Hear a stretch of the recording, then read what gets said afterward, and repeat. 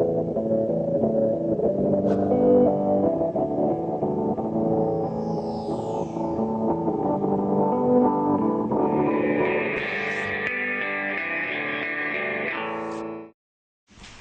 right, I'll call the meeting to order at 6:01.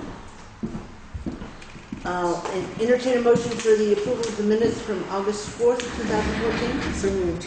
Is there any discussion? I was not present for the last meeting on the 4th, even though it reflects that I was. Again? There. I keep trying to get the history book, sir. Kyle was there and he wasn't there. Oh, I only have half a name in there. I'll check out the, Okay, is there any other discussion concerning the minutes? Hearing none, all those in favor of approving the minutes as corrected signify by saying aye. Aye. Opposed? Abstentions? Motion passes. Are there any additions or deletions to the agenda? Please don't have any additions. No. No? Nobody? All right, hearing none. Warrants for August 18th, 2014. Alright. First warrant. Warrant number 81801. Payroll for $10,443.33. Second. Is there any discussion? Hearing none, all those in favor of approving payroll warrant 81801 for the week ending 8/15 in the amount of $10,443.33 signify by saying aye. Aye. Opposed? Abstentions? One abstention? Motion passes. Alright, warrant number 81802 says taxes, general fund payroll for $4,123.00. Second. Is there any discussion? Hearing none, all those in favor of approving warrant 81802 payroll withholding taxes in the amount of $4,123 even signify by saying aye. Aye. Opposed? Abstentions? Motion passes. Warrant number 81803, equipment, general fund, for $1,322.44. Second. Just one. It says equipment, general fund. Yeah, no, is it 44 or Oh, 40? It's 40. 40. 40? Yes. Okay. There was a motion, that's a motion, there's a second? Okay, any discussion? Hearing none, all those in favor of approving warrant 81803 for the equipment fund in the amount of $1,322.40 signify by saying aye. Aye. Opposed? Abstentions? The motion passes. Warrant number 81804, highway funds for $1,086.78. Second. Is that the one for the sheriff's department? No. That wouldn't be the highway, that would be in the Blue general. Cross Blue Shield, combined insurance, and UniFirst. Okay. Any other, was there a second? Yes. Okay. Was there any other discussion on that? Hearing none, all those in favor of paying warrant 81804, the highway fund in the amount of $1,086.78 signify by saying aye. Aye. Opposed? Abstentions? Motion passes. Warrant number 81805, general fund, for total $10,802.18. Second. Is there any discussion? This is one that has a thing on here. There were some trainings paid for that wasn't fully attended, and I think that's just the only thing we wanted to be noted. Anybody else? Any other discussion? I don't think we can't pay the state of Vermont for that training, but it does irk me that we are paying for training that was not utilized. Is there any recourse? They are over budget. I think that just to clarify for everybody, the training that's in question is lister training that was signed up for and not attended. That has in fact sent the listers over budget in their training line. So the state of Vermont is requesting payment of $300 when in fact $50 of that was not actually used. So is there any other discussion about that particular warrant or remedies, etc.? Can we ask the listers to reimburse their budget the $50 that they didn't utilize? Are we allowed to do that since they're over budget? You're allowed. So then would you want to amend it? Would you want to go ahead and pay it and just send out the request? What would you like to do? I don't think we can argue with the state of Vermont. You sign up for a doctor's appointment, you pay for it anyway if you don't, whether you go or not. If you don't cancel in a reasonable time, so they didn't. If you send them $250, they'll send you another bill for $50. Exactly. We're not going to win the battle with the state of Vermont on it, but it's, ethically they didn't go. They should pay it back, and so it keeps them, gives them an extra $100 or $50. $50. Towards the additional training that they're going to need, and hopefully they'll utilize it. So then I think that you want to do a request for reimbursement of $50 I would like for the two individuals who did not attend. I would make a motion to that effect, but I think we have to pay the state of Vermont the full balance. Okay, so is there any other discussion on that warrant about any other issue? Hearing none, all those in favor of approving warrant 81805, Town General Fund, in the amount of $10,802.18, signify by saying aye. Aye. Opposed? Abstentions? The motion passes. So now would be the time, so that's the last warrant, now would be the time to make the motion for the request for repayment. I make a motion that the Board of Listers, the members who did not attend the seminar for which they had signed up, reimburse the general fund? Yeah. The amount of $50 to recompense for what was not utilized. Is there a second for that? Second. Any further discussion on that? Hearing none, all those in favor of approving the motion to request the listers, the phraseology, why don't you just read it back? He's paraphrasing. Well, I've included it, but I mean, I was going to do. yeah. Motion to pay the state of Vermont the full bill and to submit a request to the lister's office for reimbursement of $50 for non-attendance of the training session. Aye. So all those in favor of approving the motion as read, signify by saying aye. Aye. Opposed? Abstention? The motion passes. Will you be responsible for that committee pay? I will make sure that the bookkeeper is, yes, I will. Before we move off of the warrants, can I ask about I saw in there the payment to the Sheriff's Department of $4,000 something was on for this. Do we have any record of the revenues, or do they not come in on a monthly basis? We do have a revenue. It was attached to the back of that. It's attached to the back of the warrant, and we do have the breakdown of So this Deputy Brothers' is a new one. activities for the month and again, it's introduction, he's learning his way around. I believe It's on the last one, number 5, should be right at the end, alphabetical. Sure. But yes, there was a. Patrol hours was 4 something, and then here was the state's revenue received For July. for July. Civil fines was $924, And how much was the bill? and the bill was $4,583.33, which was our monthly payment under that contract. That was signed for patrol. Well, that is a one-year contract, not multi-year, right? Right, it was a 1 year. And the thing is, too, it was the introduction month for him, so I think, too, he was just getting to learn the place and figure out what he needed to do and target areas. I noticed in his report that he had talked to several residences, like Wyndham Hill Road and all them, about what were some of their issues, and I think he's found some spots that it needed to be very well watched. Okay. Any other questions? All right. Then moving on to the reports, highway, since Kurt is here, we'll go ahead and let him move through that. The first one on the agenda are the RFPs for the gravel crushing, the gravel pit stumping, and the tree cutting.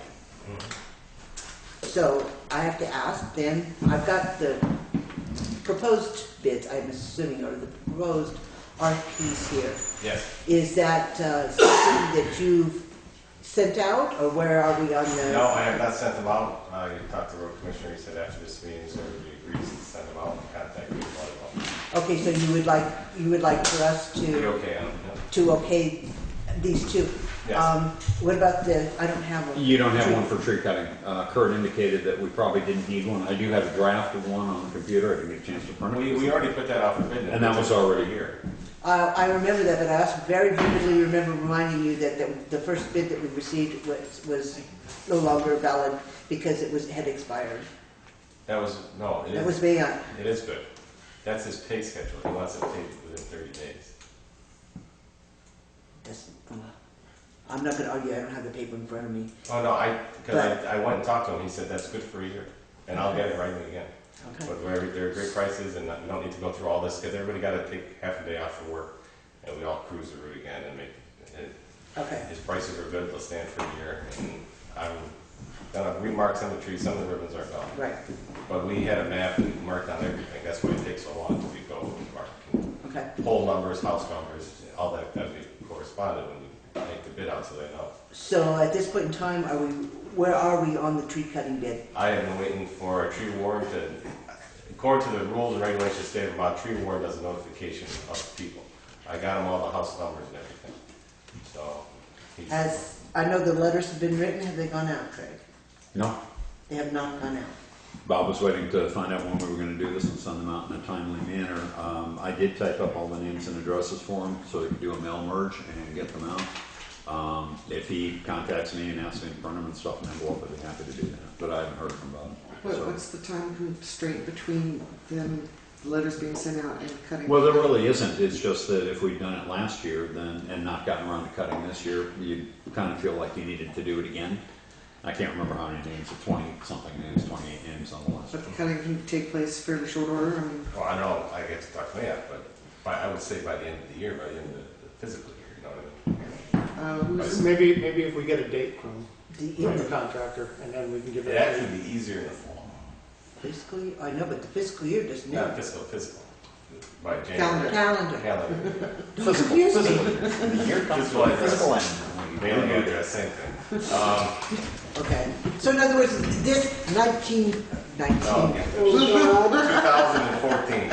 It's time October, December, October, But anyways, December. it would be cleanup, it'd actually be easier if these are off the trees.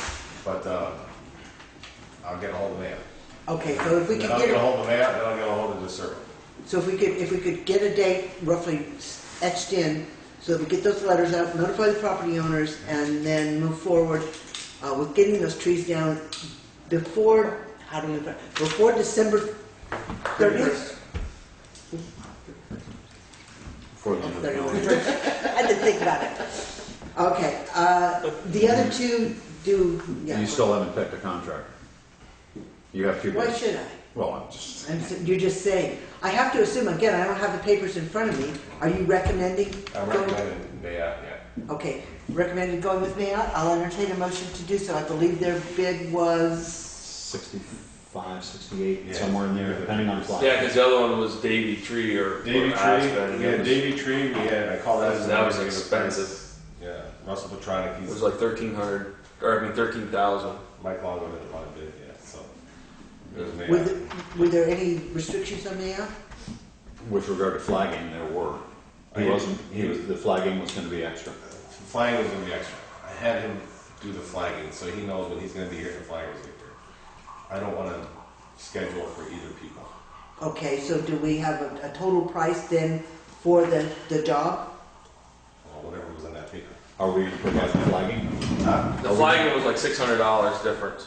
We can provide the flagging, I can have him schedule. We're gonna have to pay for flagging one way or the other. Yeah. Well, I'd still like to get an amount in minutes. He had two prices on the sheet, I believe. As I recall, you reading them, I I'd rather remember. have him schedule the flagging when he's gonna be here. Because we don't have to be here with him for the whole thing. For the big trees, we told him to help him out, just to get it done quicker.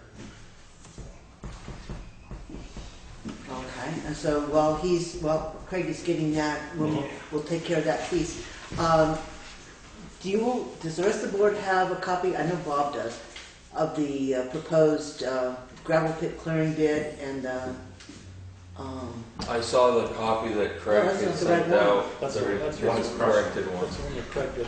I know, but I I thought we didn't had see the another. I crushing. don't think I saw the crushing one. I No, know I saw the. I don't The have a crushing one is not been completed because we don't know what our resources for crushing are gonna be until we know what the price of clearing the top of the pit is gonna be. Okay, so this would, I was gonna say, I didn't think we were okay, going that route yet. okay. The timing, forgive me, back me up, but the timing on the clearing the top of the gravel pit. Right after that's done, we can start digging the gravel. How available are the gravel companies to step in? Do we have I don't to know. time this? That's what we're gonna do next. This is we'll get going on that this week, but this right here was the first step to get the top done. Okay, so this is, I don't, have you all seen this? I guess we And Dale, I think you've seen it. I saw that. I saw his and I saw Craig's. Bob sent through a really good draft, I just cleaned it up a little bit. Yeah, there was a couple of things that were. I saw Craig's revised, cleaned up. Okay, so is there, Do you need a motion? I will need a motion if there's no corrections. I'll make a motion that we instruct the road foreman to execute the gravel pit bid request. Okay, the RFP for the gravel pit bid. Yes. Okay. Do you want us, well, nobody's taking minutes, so we can't do this to him. So, I got the So we motion. have that one, right? So we have that RFP all set. the RFP. So then the is next set. one is you guys will work on the RFP for the actual crushing. Yes. Yeah, and I have last year's in my possession, a 2-year one. I have one on my, did you grab the one off my computer? No, I got the one that Craig gave me. It was from not last year, the year before.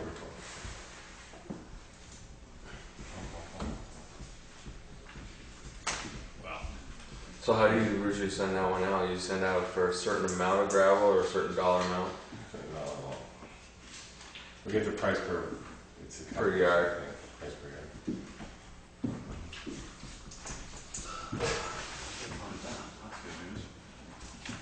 That's gonna take a few minutes, I don't have, I'll find it. Okay, so So we have a motion to instruct Kurt to go ahead with the something. RFP on the gravel pit clearing.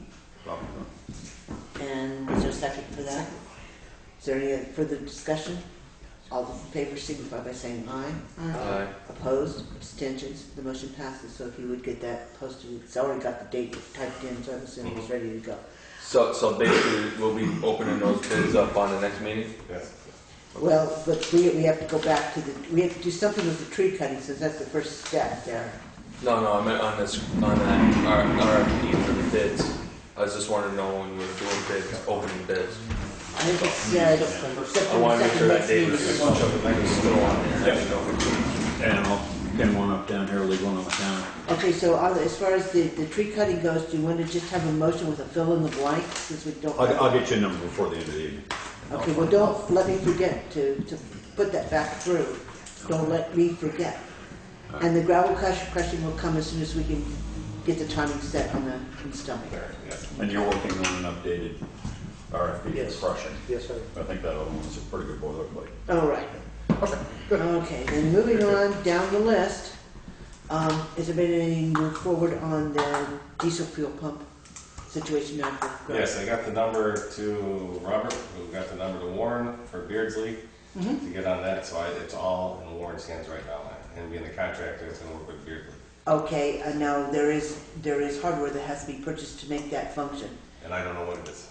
Well, it's a computer, and it's a backup, but who will bring that information forward for the board when you get to that step in the process? Oh, myself or Robert, I mean, I'll bring it to the board. Okay. So you'll let us know when you get ready for the Yeah, that was computer? last Thursday, I believe you got in touch with Warren, didn't you? Yeah. I talked to Warren, and then I got Kurt down the information. When does one anticipate being able to start the wiring? As soon as he was going to contact me. Okay. Okay? I'll follow up with him again this week. So we're saying we're gonna have to probably have a backup computer hooked up to that No, system it- tracking? We have to have a computer. It has to be a computer. Yeah, the current computer at the garage is XP, which is no longer supported. Right. And So Software. are we looking at trying to find that material to get bids on all that so we can actually, I mean. Bids on what? We don't have the list of material we need. We know we need a computer, but we don't know what. Okay, alright. I was just gonna say, computers already took you over your requirement for purchasing that we need to have probably done from the bid process, so. I don't think there's any way possible. The equipment is going to be expensive enough to fall into a bid. Buy a laptop for $200. Right. Yeah, Well, that's it's just true. going to be a dedicated, right inside the door with the switches kind of thing. I had But dependent. My laptop's XP, it's a 2000, when year by that, 2000 and whatever. It's like 6, 7, One. 7 years old. Yeah, so. I'm just thinking, ain't it $500 the thing? But, I have to update You mine. had I to, you had a little bit of Also- other things. All don't right. know if they can be used together. Can that be No used big for deal, both things? no big deal. Probably not. I think that one has to be dedicated to run the system. And you may not want to run a line that long. Right. About 70, 80 feet more. So when you find out what the specifications and whatnot are, if you bring that I'll forward call to Warren. them. See if one in the morning we'll call them. Employee evaluations, when can we expect those? On the, You'll have those at the next meeting. we will have those at the next meeting. Yeah, you So you will request an executive session to go over those evaluations. Okay? Just make a note of that so I don't forget it. Alrighty, the new signs. Road signs, I've been having trouble. I have faxed one.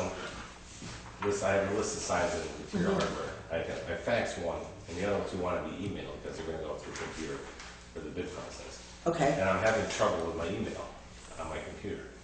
As a matter of fact, I was on my computer today trying to email these again, talking to the tech people down in Georgia. So, email difficulties in what capacity? That you can't send them, you can't I can't receive send them? them. I receive them fine, but I can't send them. You can't send the attachments, you can't send, I can't send my email with attachment to this place in Georgia, or to the place in Massachusetts. Yeah. Anything you bring up to my office, I've got a scanner. Well, we have a scanner here. I was going to say, if you can print, we can scan. I mean, that's a possibility. But I don't want some fax anymore. To be honest with you. And since I don't email a lot, but I do email, this is the second time I've had trouble. okay, then I have a very simple question. I'm assuming this machine, you said it was 2001, has a USB port. Is there any reason we can put the information on a thumb drive and bring it up to the town offices and Oh, send you that could. information? She can fax right off of that. Or Well, email. yeah, I mean, just bring it up on a thumb drive and we'd be good to go as long as it gets to the office. Okay. It's usually the end of the day when I'm going to do it. Yeah, so if the signs need to say we don't want to wait too long on those because you're going to have other things to do. Really? I know. Yeah. Yeah, this would have been good, like, So yeah, the sooner we can get those I know we have going. cash flow. Okay. Okay, Nuh-uh. oh, Let me first, and then we'll let you do. Let me go through my laundry list. I've got a list. I've got to follow. Quotes on the grader blades, and I had Bob question. We had a PO for quotes on the blades for the graders, and they came in at about 10% more. I think it was someone that sent it in. Did we find out what happened? No, I dropped the ball on that one. Oh, okay. I said I would follow up on it. Okay. I'll follow up. Can we find out what happened on that? That was just really strange. okay. And the answering machine, have we gotten that yet? That's all done. Thank you, sir.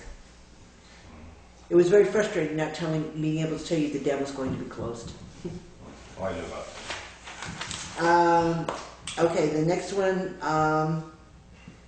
there's a right-of-way behind the town hall. Yep. I talked to Ed McGrath today. Did you? Good. So we want to start that on the end of the week, end of this week. He said call the superintendent, make sure they're notified first, that we're going to start work. I'll put it in. I don't think it's a great design, a great area to put it in right away there, but we'll do the work. Well, of course. just That's where it's laid out. well, we have no choice. I know. I don't like it. You know, I don't like that area where it is. But we'll do the work, and we'll hopefully start on that Friday. Well, It'll take us 2-3 days. The problem is later tonight, we're going to talk about one, if not two issues that need access to that back area. And so, short of having big equipment driving around the building in other ways, we've got to be able to get into that back area. So something has to be done.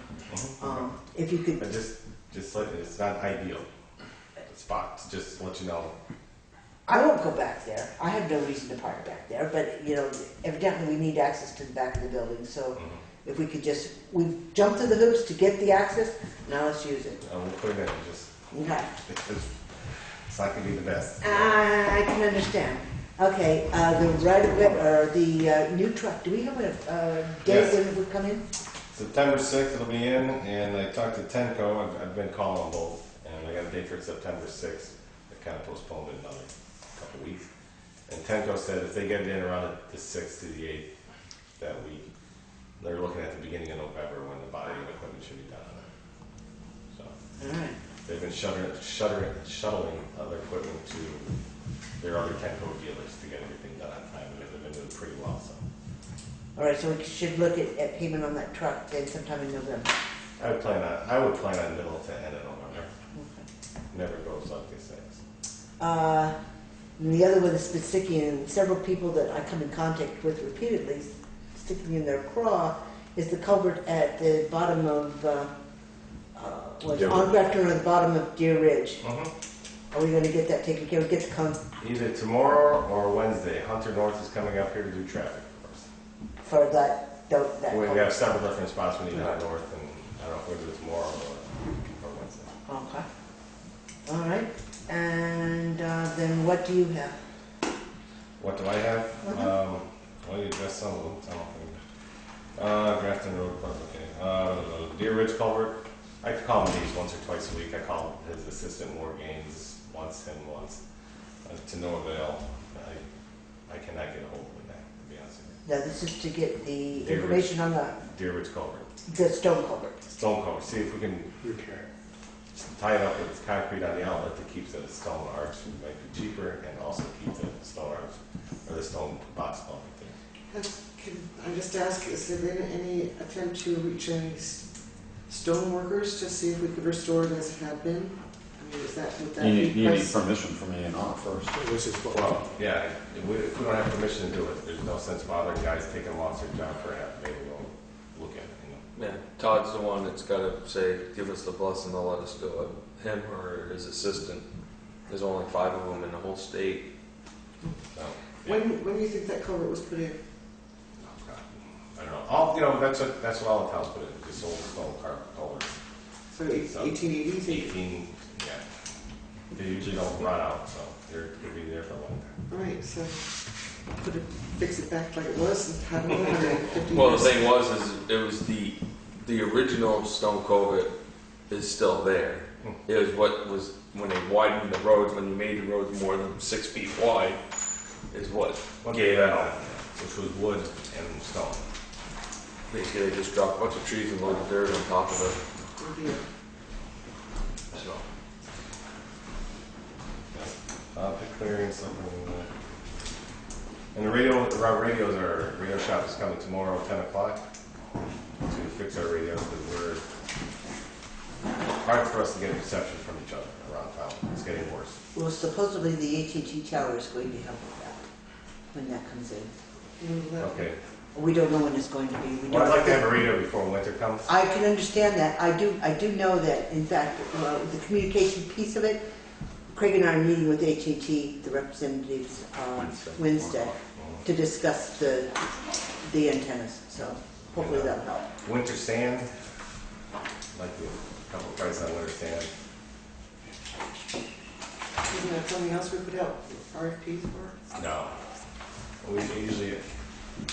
We have it in the past. We usually use one person. There's 2 people I'd like to get, another person I'd like to get a price from. We need somebody who's reliable. We need to get sand when we need sand, because we only have a 2,000 yard storage capacity and facility. And when we need sand, I mean, well, who we use now, they'll go get trucks, other people's trucks, they'll put it on. They have a huge pile of sand. Other people make their sand as needed. We cannot go through that. When we need sand, we need sand. So that's why we always use it, because the service has been impeccable and the prices have been really competitive.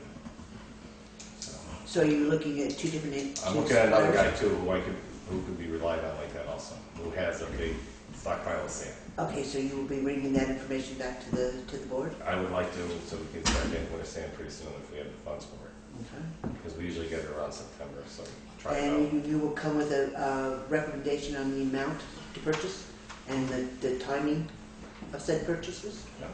Okay. Well, we usually purchase X amount, and then we'll, after that, we Just, keep adding. I make them tie into that same price all the way into April, okay, to follow it all through the year. okay. And winter salt, we already have the salt price already locked in, so. You want to jump over that? And then who'd you go with that? Barrett trucking, Cargill. Pardon? Is that a Cargill state salt. contract? Carver? Is that under They're the up. state contract? Is that a state contract at 80 cents? Was that under it? Is that Same price as American salt. Remember, they were like 10 cents higher than they came down on their price to beat American salt. right? We do have something here from Cargill at 80 cents and change, and that's about 10 cents higher. Because one had the than last contract, year. one didn't, and the other one let the contract run. There you go, there you go. Barrett trucking, Barrett great. Anyway, yeah, we'll look into that. Barrett trucking does their trucking for them, but Cargill salt, they come when you call them. We're close to them, they're here. American salt comes from down. So has the contract come forward? Yeah.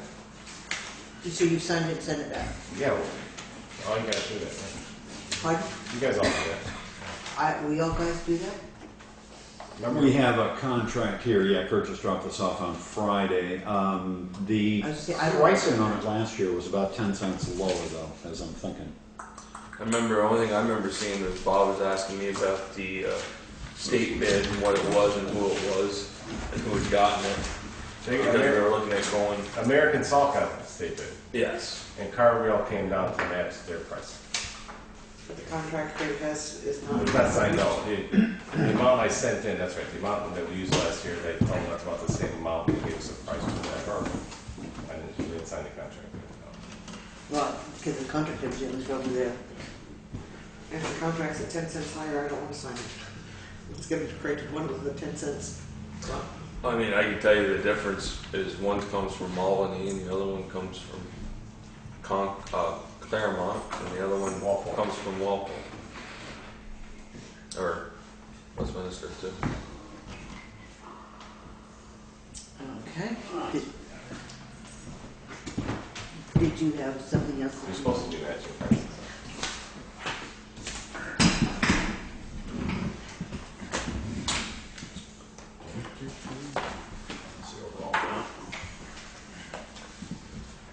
Let's see.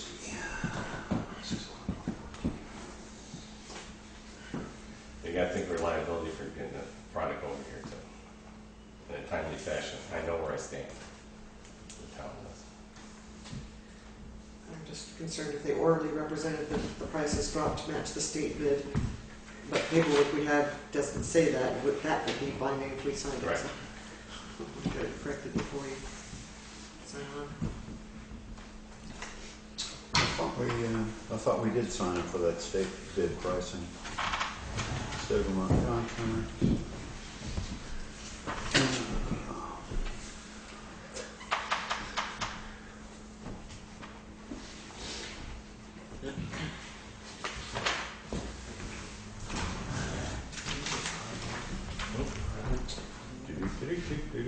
Sorry. I mean, to be salt on it. Okay, Mr. Macker. But my feeling, some of my feeling about all that, it should be still put out for art, it should still go out to bid and be like a bid process, and then you just eliminate the liability. That's one of your options that we have. You don't always necessarily have to take the lowest bid too, Yeah, well, liability. I know the one number they did give me today, knowing this was probably going to be discussed, was we spent $42,247.35 on salt last year. So it's a major purchase. It is, For it's the huge. town. That and This is sand. Cargill, this one gave me Friday, but this is indicating 82.65 delivered. Last year, it was 56.65. Ooh. Okay, and this is the state of Vermont contract, which is indicating unit price is 61.67, 831.214, which is the end of this month. Now, I don't know by their projections on this, because I haven't read through this. We gotta find Townshend in the middle of this mess. Should be able Yeah, it should be. It isn't, it's by district and other things. But anyway, I don't know the towns it's in there, because we didn't buy, this is, I think, just the state use. This is just state use. But anyway, They're they're, all different districts, yeah. yeah, all the districts. But I don't think we're in here, this is just District 1, District 2, 3, 4, 5, so it's, all right, we're Town Townsend, 5865. So 5865, Yeah, we won't sign anything, I'll just double check with that. okay, what this contract for Cargill accepted 85, right? is 8265 as opposed to 5865, which is a Substantial pretty good difference. difference. Yeah. That's why we didn't print out. Whoops, why we didn't print out. And then there's something else here. This is the other. Sorry, is that the other one you were going to call? That's his supplies, it's very. Okay, okay. And that's what we're looking at approximately. 700 tons. 720 tons. Okay, so I take it you're going to follow up on the salt purchases that you Oh, got. absolutely. Okay. Can we just clarify, Craig, did you say we did already sign a contract No, with the no. Thank you. But we do have numbers from the state, which indicates what the state is paying for it, and we did last year lock into that price. And We Cargill, usually always buy in the state because it's cheaper than what we try to get before. Okay, so is, excuse me, anything else you wanted to bring forward? No, you got some money. Okay, do you want to deal with tonight? I hate to bring this up with other people waiting here, but do you want to deal right now with the UniFirst contract? I have not read through it. Well, That was taken out of my hands, you know when, and I've never even read it. It was taken out of my hands. they have another price increase. they have increased the price effective, I believe, next week. Well, it's actually, we already have a bill at the higher price, and they'd like a signature this week so they can continue delivering. What is the time frame on that? This says a couple of, let me get the For next how one's many bill. years? Does it say? It's not, essentially it's this, oh, good God. It's an extension of the contract that we had. By signing this, we're agreeing to the new terms, because we were locked into a contract with them. If we sign this at this new higher price, then in fact, then in fact, we are in for whatever the term of that contract was, I'm assuming. And again, I just got it back, I haven't read it. Well, here's the deal. I use a uniform service. We all do. And if we go to a new uniform company, if we keep this contract to the end, and then we invest in another company, which is fine. But if we go to another company right now, we're going to have a whole new setup costs for all our uniforms and stuff like that. Well, I think the board has some other ideas as far as uniforms for the highway department. Well, I've heard the idea. Well, but I think it's something that we need to discuss while this contract is open and on the table. I just wondered if you wanted to make any statements before we actually discuss it. I do have a phone number here if you want to call, or I can leave this with Bob for him to take back after the discussion we have later tonight. But if you want to say anything about it, now would be the time to do so. Well, I think uniforms, everybody having the same uniform instead of give us a stipend to buy our own work clothes. I think everybody having the same uniforms is a good thing for a town. With a sense of professionalism and people recognizing us and knowing the problem. We're all not going to buy the same work clothes if we go buy work clothes because we're not going to get together, go shopping together. Yeah. So I think having uniforms is good for us. Because we do ruin our clothes because we're working on all the equipment. And I catch on fire a lot while doing the torches and stuff. And It was a smoky highway for no, seriously. And I think it keeps our clothes in good shape. It keeps us presented nice to the public. I don't know what Bob thinks. Well, the other benefit also is just the amount of rags that are used and the grease and all that is taken care of. Because We have to have a rag service. Yeah, we're gonna need to have a We rag. have to have a rag service according to the state of Vermont for our permit for our hazardous waste. Anyways, so. Yeah, well, we've been fighting with that rag service over the 14 cents tax for I don't know how long. That's been eliminated, I think. Oh, did we finally get rid of that? Yeah, we finally got rid of that. But that's only $20 a week, or $25 a week, something. And that's a necessary evil we have to have for our permit. Okay. Anything else you'd like to say about that? I hope we don't get rid of uniforms. Buying our own clothes is Well, what if the board bought each of you 3 uniforms for the year? 3 uniforms? And then How many do we have now? 11? Is it few of us? We all keep spare uniforms in the shop because we get filthy there. You're not gonna go back in the truck or back in your own personal vehicle and cover with oil and stuff like that. So you 3 uniforms not gonna cut it. No, I was actually looking at some numbers of doing like 5 or 6. We purchased full outfits. I don't know if we want to discuss this now. I really don't want to get into the details of this right now. I've done some number crunching. I just would like for Kurt to make his, whatever statement he wants to make on behalf of the highway department, and then we'll discuss And it. you know, that's another thing. The town of Townsend's taking away from us, uniforms. Think about it. That was their dog and dog drink. You can do my laundry anytime. I'm not saying that. I'm saying that's something they offered when I got this job to everybody else.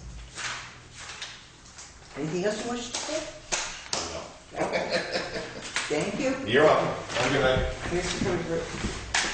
Okay, let's see, okay. What order do I want to do this in? It's not much less than the reports. I was gonna say, We don't have anything left under, other than got Joe, Joe's. Well, law enforcement, not at this time. right?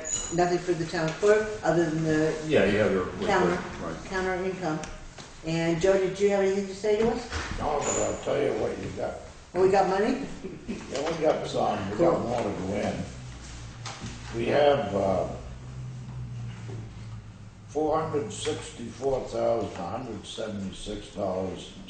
$464,176.73 in there right now. But I have about 120,000 to go in. So we're gaining, but slowly. Tax day's coming. Well, it's not that. All of that is going to the schools. So, Yeah. But tax aid is coming. All right, members of the public. What? No, I just want to, may I ask a question? Yeah. And I don't know whether you discussed it or not. Is Anita going to be requiring the select board to participate in vote counting on Tuesday night? If so, they should be aware of that? Do we know? I don't think she's gotten that far yet. Okay, Well, well, it's only this week. Board of Civil Authority guys, count votes. Don't be looking at me. That's the primaries. The day of the primary. Primary vote. Yeah. Tuesday night. Okay, that's a point. I will talk to her tomorrow and make sure she contacts everyone if that's the case. Let's start with Brad, with the Higgins Lane property and the sale petition. So, what most people may or may not know, is that the select board accepted an offer from Brad for $2,500 to buy a 2-acre parcel on Higgins Lane in Townshend Acres that has been off the tax roll since 1996 and was bought by the town for tax sale at a tax auction. The town is not allowed to make any profit on the sale of this property. If the property sells eventually for more money than the town has invested, it must return it to the original owner of the property. And then that was, in this case, would take some doing, considering it was 18 years ago. So there is currently, we've become aware of, it has not been submitted officially yet, but there is a petition being circulated to stop that sale of that particular piece of property. It needs to be signed by 5% of the registered voters in Townsend, and it certainly looks like it's going to meet that goal. So basically at this point in time, I'm going to let Brad say his piece concerning this because he's well aware of what's going on, and he's the one that approached the select board with an offer, and I will just let him explain where he is at this point in time. Well, I'm actually looking at, I'm withdrawing my offer as far as based on the townspeople have spoke. However, I feel they weren't given all the facts. They were manipulated or misinformed, lied to, whatever you want to say.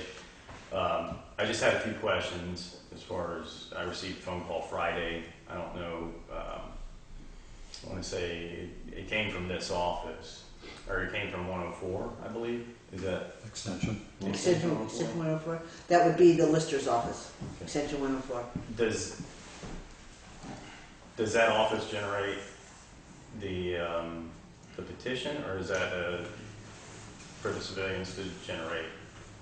Is that basically the townspeople, or is it that office's job to? It isn't their job. It isn't their job? Okay. What was it? it? Taxpayers, residents. So residents can, okay. I just would like to ask, since you mentioned this, what the nature of that call was. Honestly, I didn't call back. A woman by the name of Robin. Okay. But she wanted to discuss the letter and things surrounding that. At that point in time, I was made aware of the, not through her, but I was made aware that there was a petition. I read the petition. I saw names on the petition, individuals that I know personally that I interface with on a daily basis. I went and talked to him, and this individual's name was brought up again along with another individual's name.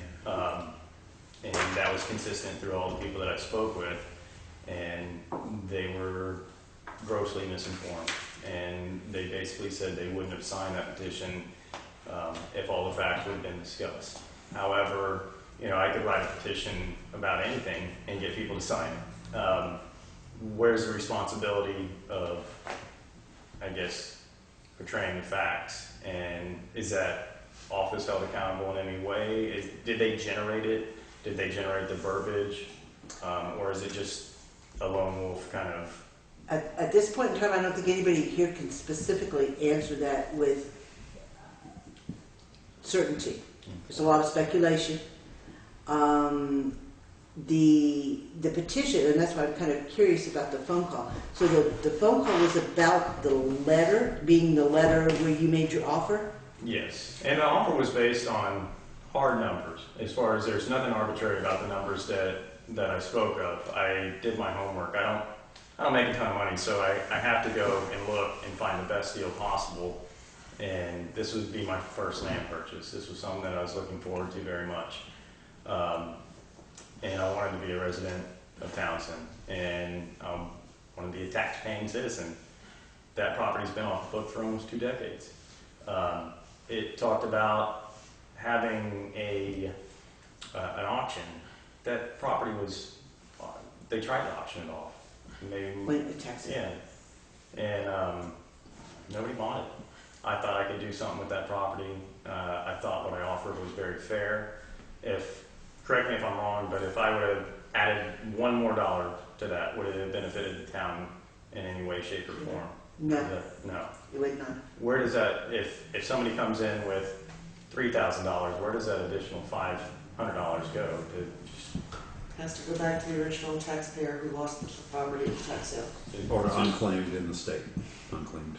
Unclaimed to the state, as far as, so it doesn't benefit the town. I don't know the reasoning behind the verbiage. I don't know why it was maliciously thrown together just to, I guess, blow the deal out of the water.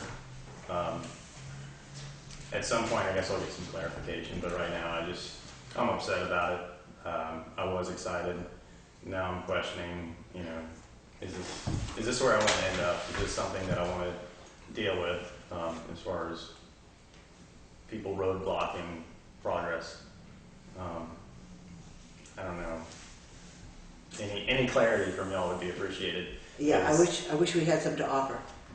Again, the petition hasn't been officially handed to us yet, nor accepted by the town clerk, which is what the law allows for. But we're all very aware that it's out there.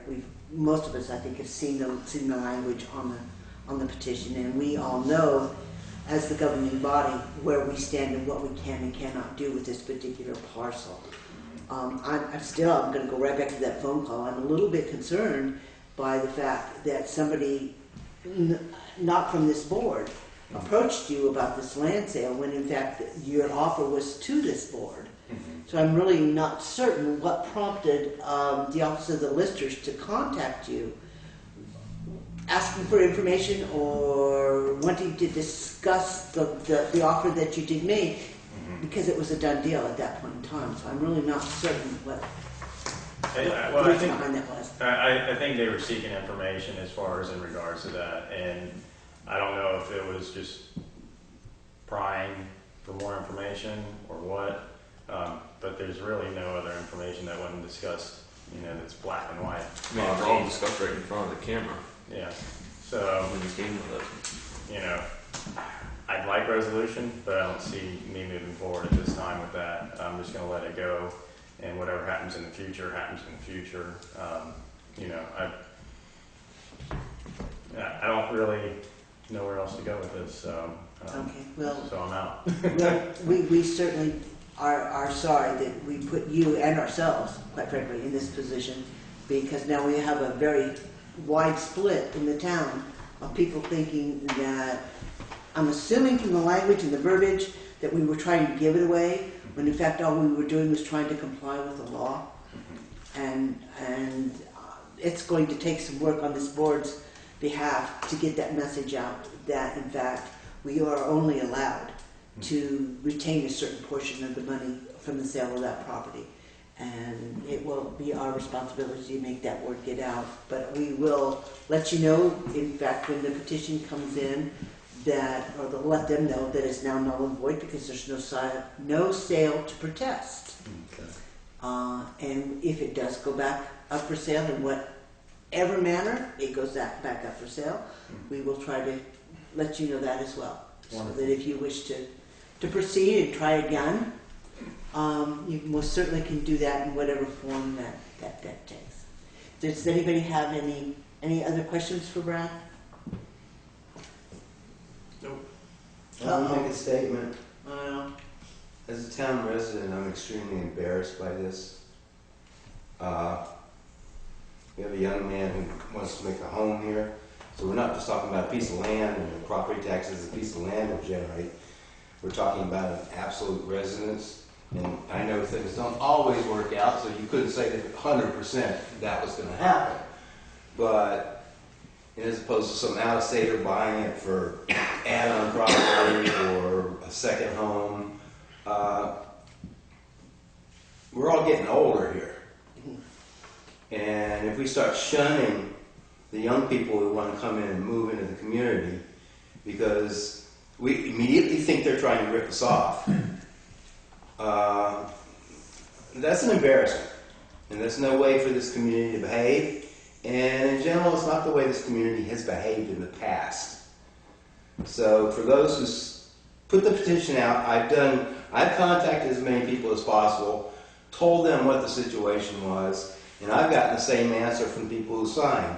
If I'd have known, I wouldn't have signed it. So I'm also embarrassed a little bit about the fact that people don't pay enough attention to the facts. I'm sure that the explanation was quite one-sided.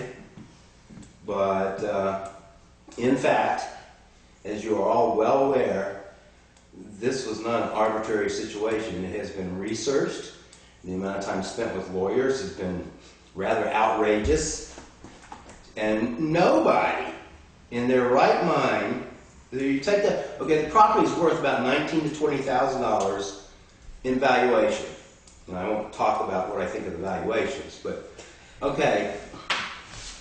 Can you imagine letting a piece of property go for taxes 16, 17 years ago, and all of a sudden you get a nice big check for $15,000, $16,000 from town of Townshend because you were delinquent? That's a complete subversion of the whole process. So, that's my opinion. The people who signed the petition were either misled or they're just totally wrong, and I regret that Brad has withdrawn his offer, but I certainly understand it because I'd like to have him in town. Okay, anybody else? Yeah, I'd like to say as a private citizen, I'm just embarrassed that this situation was politicized because it shouldn't have been. It was a straightforward offer.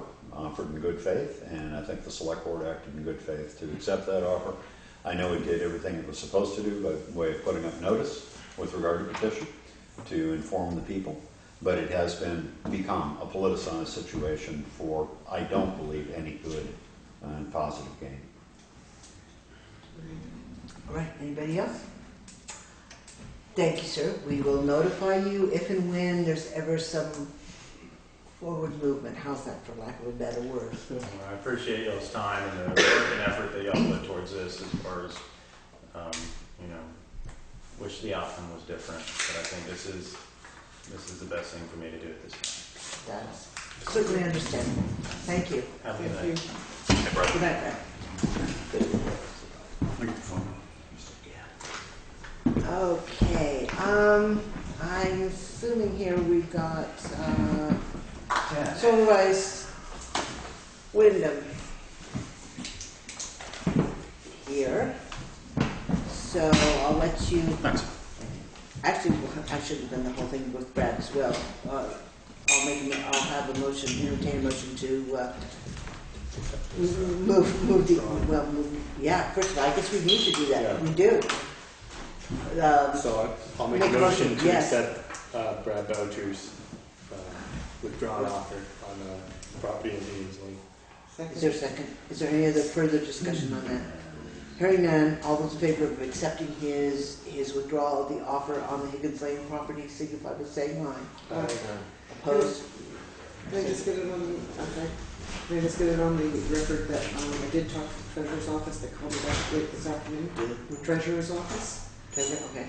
and it doesn't sound like it's major hoops after all. We do in fact sell the property for more, and the money has to go back to the taxpayer, we can't find him, just takes a letter to him at the last known address of 20 years ago, and then when that comes back being addressing unknown, because that's a likely chance that we send it up to state. We don't have to hire private investigators, we don't have to go through what I was terribly afraid with probate, we have to jump through major hoops. Don't have to do that here. So that is at least. The interesting thing is, having done the research after the fact on the owners of this property, and I have the deed here, it actually was owned by two gentlemen that lost it. So you would actually be looking for two people, because I'm sure they had joint ownership of the property. It's just an aside, so to that. But those who might not like to reward delinquent taxpayers would probably like to reward Montpelier even less. But if people purchase, if it goes to an auction, and if somebody bid it up to its fair market value, that excess money does have to go back to the taxpayer. The town cannot benefit from it. It's a lot of it wasted effort, and the deal that Mr. Boucher offered was covering our legal fees and recompensing us for what we were out. It was going to get the property back on the tax rolls without any expense to us, which was a win-win in my opinion. All right, so I'll entertain a motion to, what's the word I want? Oh, I'm not thinking. To, Interchange. I want to change the agenda. I want to rearrange the agenda and allow Solarized Wyndham to speak. Well, they're actually no members of the public on the agenda. They're not. They're under Correspondence. They're under I'm sorry, correspondence, which is Set what we aside, had. set aside the rules. Thank you. There's the I know verbiage. we set aside the rules. Thank you.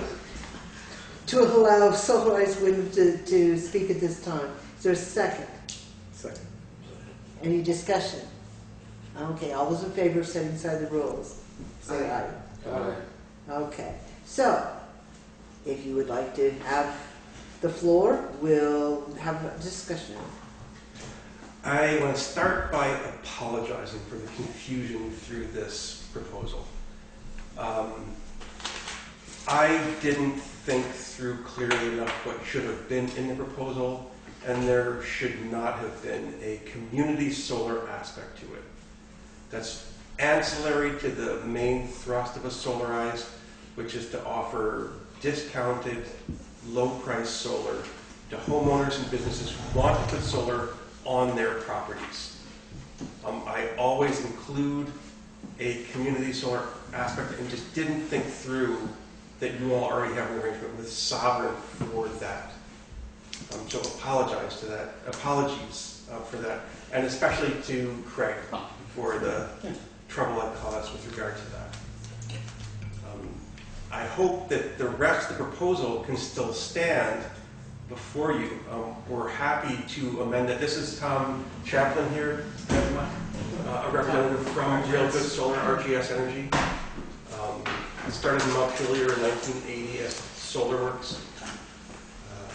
So they would be the contractor that does the installation of the solar on people's homes and at their businesses. Okay. What is it actually at this point in time? Because there's certainly a lot of confusion. We've got a lot of solar proposals being thrown at us 6 weeks to Sunday. Actually, I've got 3 tonight, just to put it into perspective. Wow. So, what is it that you are actually asking for? Are you asking for the town or this board to organize and or appoint a committee to do this, or what are you asking of us? We are asking for the endorsement of the select board for a solarized program. That is the bare bones of what we're looking for. It'd be a limited time offer through the end of the year in order to capture the state residential solar rebates that will most likely expire December 31st. But what are you asking of the town? You're Just coming for- before us. What do you Right. need from us? Just an endorsement of a solarized program. Okay. So I'm very confused. Technically, are you asking the town to participate in some way, other than just say, we think solar energy is a good idea? Different towns participate to different degrees.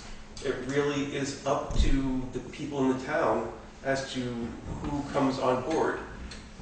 Ideally, there would be publicity for this program that would happen, and there would be a event similar to what happened with Peter Thurell last week or 2 weeks ago.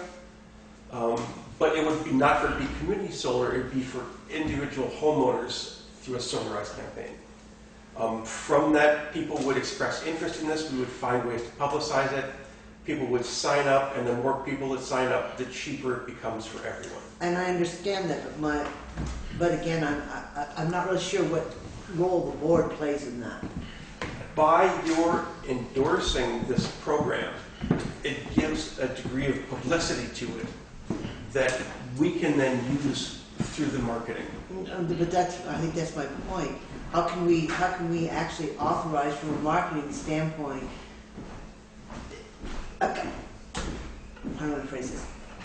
The sale of a company's product. In other words, if you want to use the town hall as Peter Thurell did, to put the word out and send out the postcards to the different entities in town to come and have a discussion about that, we have no objection to that.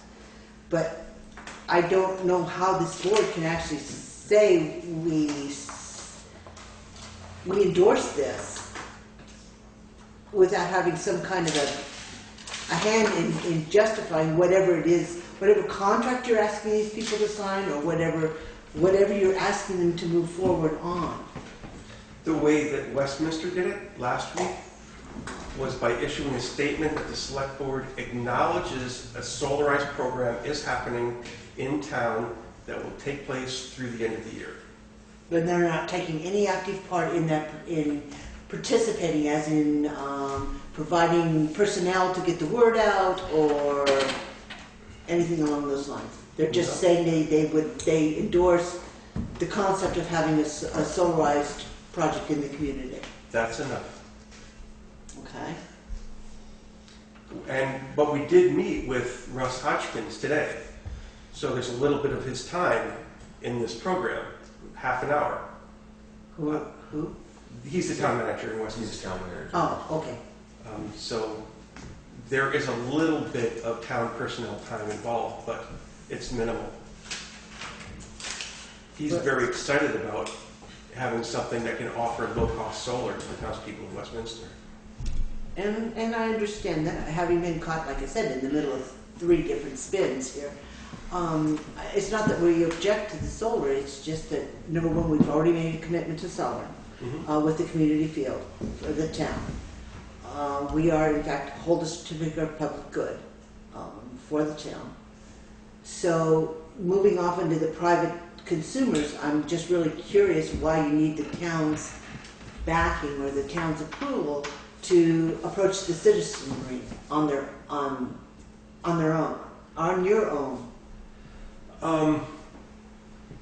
The way that Solarize often works is that there is a town energy committee. See, that's where we're having problems. Understood. I'm just saying in other places, how it often works. And that committee decides that they want to do a Solarize. They ask for bids from different companies who do Solarize programs, and then they compare the bids. They recommend the one they like the most to the select board for endorsement. We have no other companies in southern Vermont that have ever done a Solarize campaign. RGS has done a dozen across the country. I am from Brattleboro. I'm on the Brattleboro Energy Committee. I did a whole bunch of research when they approached me into their company. I talked with town managers throughout the region, got very favorable impressions. And I said, yes, I'll team up with you to try to make these programs happen to offer low-cost solar in towns in Wyndham County. So it's a little bit cart before the horse, but the same general benefit results. So basically, the whole concept of it is to get as many people interested as possible, purchase it within, X amount of window, so it's all done all within the same window. And that's where the money's being saved. So it's, hey, we're going to put in 50 installations in Townshend between now and December, rather than do 50 installations in Townshend over the next 4 years. Just get them all done at once. And that's where the costing is. Exactly, that's where the efficiencies come in. Not only that, but the volume purchasing. To 30 homeowners move forward, we could buy in bulk and then pass that discounted savings on to them. And so usually they're structured with a tiered discounting, so that say 10 homeowners move forward, the price gets lower. 20 homeowners move forward, the price gets even lower. 30 move forward, and the price gets even lower. So as it gets toward the end of the deadline, which also coincidentally is the end of the state rebate program this year, people start getting really excited, and usually the last couple of weeks of a program, people are kind of jumping on board there. We just did one in Lyon, New Hampshire, where 48 people signed up. I think 20 of them came in the last 4 days. It does gain momentum. It's public awareness too, just letting folks know that there are options to go solar. Basically, if you can afford your electric bill, we have financing options that allow you to go solar. So if you have a good site, that's what I run into most often when I'm out there is people just don't know that we're working, in the area, or that these offers exist. So goal number one is the public awareness, which Tad is great at. Goal number two is just having a program established with or without a volunteer committee that will establish the deadlines and allow us to offer the discounts. My only concern about signing an endorsement is that it would imply, sort of like the good housekeeping seal of approval, that we have actually compared apples to apples and say this is the program. We haven't done that. We don't have time to do that. And that concerns me, that we are saying this is a good product, but we don't know. I mean, I think it sounds really good. I think we could do the acknowledgement, like what Westminster did, so basically just acknowledging the fact that they were doing a Solarize program. We're not saying we endorse it, whether personal or not. We're just acknowledging that it is occurring, because in general, it's not like it's a good thing. Right. So. Well, I do think it's a good thing, and I would love to see it out there. So, if it were a limited, not saying we say this is the best program out there in the entire country, or something. If it's simply acknowledging that it's a program that's available, that was mine. I hate to say it, I mean, we've had several trains come down our tracks here, and I feel at this time that my personal opinion is we're already part of one of these type of situations, and we actually have an investment in that one. I feel that one needs to sell out first for us. Well, sort of saying. I mean, I don't know. I mean, I just feel that we do and we don't. I mean, we're going to be doing a dual system. I mean, it could hurt. That's So- more of a direct business deal, and sure. Yeah, you're right. We're not tuning that one, but we're endorsing one. We're not necessarily endorsing it, we're simply just acknowledging that they Yeah, we would acknowledge like to do it. We have worked conjunctively with Sovereign Solar before too. I think that program was more to his benefit than ours. It's another long story for another day, but we have no problem working with other companies in town. We encourage you to select or solicit other bids, but like you mentioned, time is of the essence, and there's not too many other companies presenting programs of this form. You know, where it's individual homeowners that benefit collectively. Can I say a couple things? One, part of what I am offering to this program is to help use the program to leverage the town of Townsend to acquire an energy committee. It's terribly important to help you all in your work around energy issues in town to have a group of people who are focusing solely on that. I'm part of the energy committee in Brattleboro. Putney has an energy committee. Rockingham has an energy committee. Dummerston has a fantastic energy committee. They serve a very useful purpose in saving energy and lowering costs in town. So what I commit to, if this program goes forward, is to use the people that gather around the Solarize initiative to try to then seed the starting of an energy committee in Townsend. That's one thing I want to offer. The second thing, I'm not sure if you all are aware, but I've been working with the Wyndham Solid Waste Management District. And our state senator, Peter Galbraith from your town, got us a special dispensation on the capped landfill in Brattleboro to do 5 megawatts of group net metered community solar, which could include municipalities like this town, like Leyland and Gray. That will be very cheap because it's 30 acres. You can put a big array up there. The cost per watt will be very low. So I would advise you to keep that possibility in mind. We have just decided on an owner's rep for that project. We should have a developer for that project hired by the end of the year. The project, if all goes well, should be built by the end of 2015.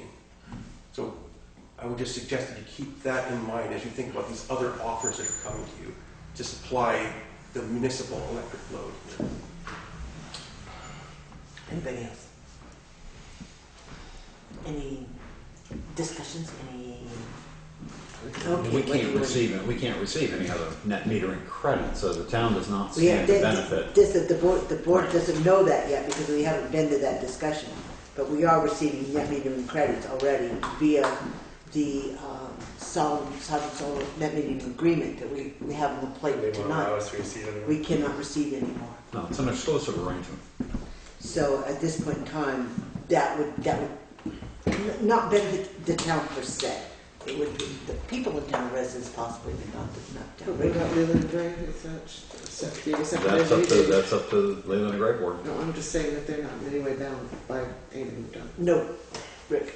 Yeah, a couple things, if I could, if I may. Mm-hmm. Number one, just to tread on current political situations. A new committee means more minutes and more agendas. Okay? The bigger website, too. Not The necessarily. website's gone. There's no more website. I do want to side with Carol on the word endorsement, prone more towards Kyle was talking about. We acknowledge it's here. It's a good idea. Why don't you check it out? Because to me, and I'm not the lawyer, she is, when you actively endorse something, you're actually leaving yourself a slight door open for litigation if the whole thing falls apart. You know, well, the town said this was a good idea. Deep pockets means where are they going to come? So personally, you know, just from the town standpoint alone, endorsing something is a little bit scary when you're actually not going to, well, you sign a contract with that one, you're getting a benefit from it. It's a regular legal document a legal agreement. It's a partnership. It's a partnership, exactly. So in this case, acknowledging, this is my viewpoint anyway, acknowledging that the project is there, that people ought to check it out, I think is a good thing. But whole out endorsement, I think, is a scary term. And no committees. And no committees. We've got enough issues with minutes. We'd have to get rid of it. But I personally like to make a motion that we acknowledge their existence in that sense, and welcome the program To Townsend. to Townsend, Okay. without saying that we legally endorse it. So the motion is to Whatever Westminster. you like that language? Write it down. Change it to Townsend. Yeah, write it down. Could you read that back for the minutes, please? What was the Town manager Westminster. Yeah, I could find that note. I like the welcome though. They didn't have the welcome. It is acknowledged. It might take me a minute. We would like to welcome.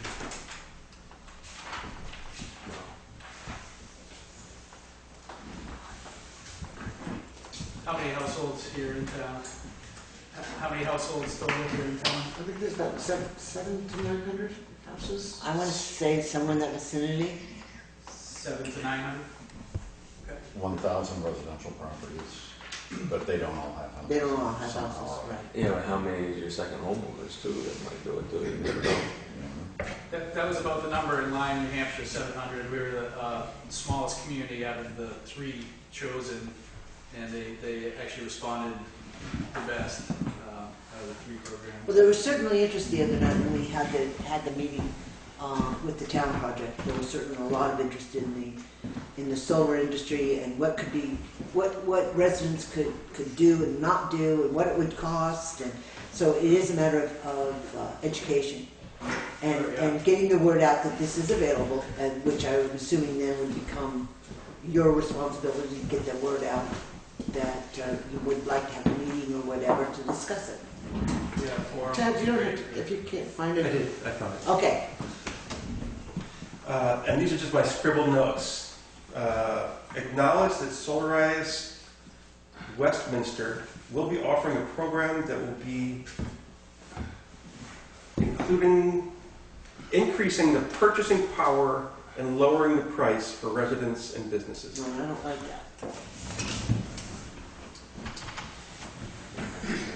You're guaranteeing something, and I don't want to guarantee. I like Kyle's basic statement that we acknowledge that. Acknowledge the presence of Solarized Wyndham and welcome them to the community. Welcome them to the town of Townsend. Yes. Does that work for everybody? Because in no way are we saying this is a good deal for every taxpayer that may Exactly. It's everybody be on notice, but It's worthwhile here. looking at. Okay. Does if that satisfies everybody on the board, I'd entertain a second for that. Second. Is there any further discussion? All those in favor of approving the motion as read signify by saying aye. Aye. Opposed? Abstentions? The motion passes. So you're welcome to use that in whatever information you decide to send out to the community. I'll get you a hard Wonderful. Okay, good. Okay? copy. Is there anything else? Thank And we do hope you are successful because Thank you. Thank you so much. We'll be back in touch with you. Sure. Okay. So, moving then back to correspondence, which is where when we started jumping around. We're all over the board tonight, so just give me a minute, because I got enough paper to choke a horse. It's Luskin. I have a copy. I'm not seeing that. It's in my copy. I don't know if I made it first or not. There it is. Did you see this? Yeah, I need a copy for everybody because I didn't get that one. You did not I get don't think I did. No, I don't. Okay, For some reason. so basically Oh, it's gonna go away. I'll read it for everybody. Mike Bills has referred us to you to request an adjustment of our assessment. This is a letter to the select board. I'm Right, sorry. to Yeah. the select board, Yeah. from Deb Luskin Yeah. and Tim Schaefer. Yeah.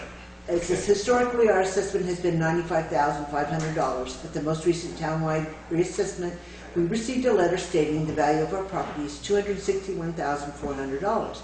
Currently, the building is under contract for sale at $265,000, confirming that the newly assessed figure is, in fact, the fair market value.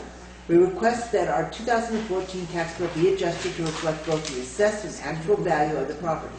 We hope that this can be done in time for us to make our first quarterly tax payment on August 29th, reflecting the corrected rate. Thank you for your prompt attention, sincerely. And she's included a copy of her tax bill for this year, which clearly shows the value at $291,400. So she misstated on her letter then, because she's saying that the letter states the value of our property is 261. Next page. Next page. Next page says 291. No. Okay. Historically, the value was at $295,500. There was an adjustment made to that figure when it was no longer a doctor's office, and it was dropped down to the amount of this tax bill, $291,400. So it was amended to that. Now that's comparable to the tax bill they just received. Right. Okay? What she's saying on page 3 of that attachment is, in fact, that they received a copy of a preliminary assessment from the listers with a value of $261,400. I see. Okay? Now, for those of you who may or may not have gotten one of these letters in the mail, they were the most confusing thing that God has ever created.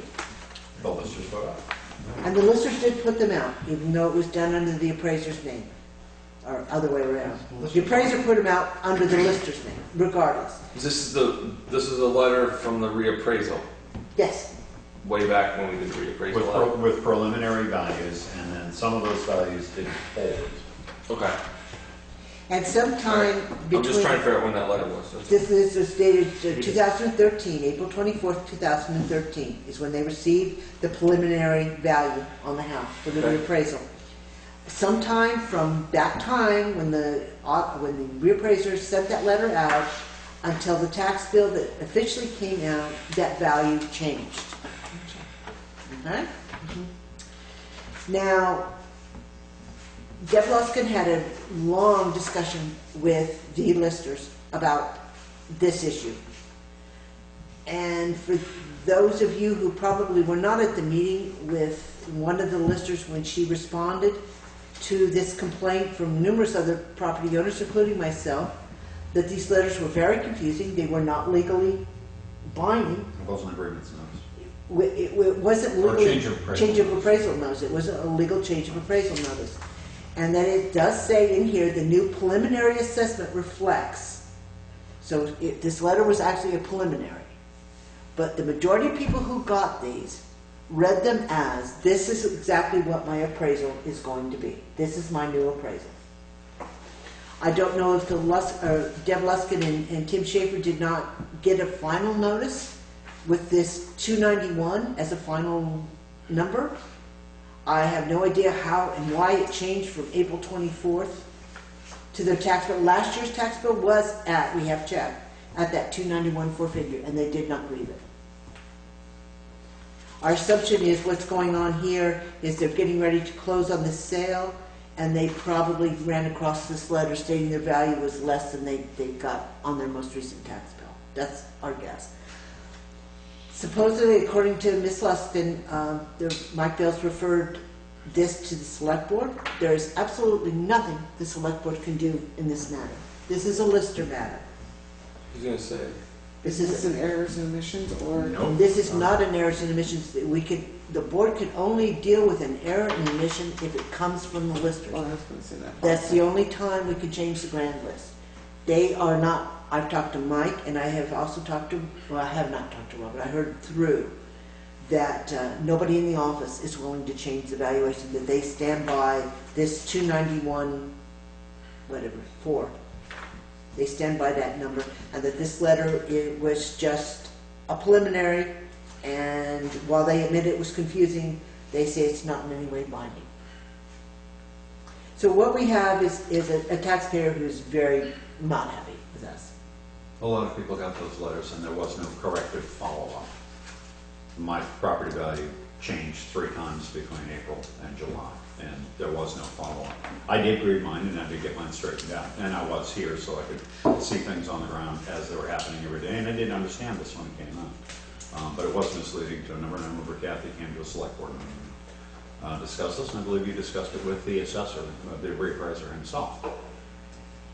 And I think the listers indicated that this was, that letter, which invited people to a hearing so that they could discuss these preliminary values, was misleading. It was not an official change of appraisal, and that hearing to which people were invited was not technically a grievance. Right.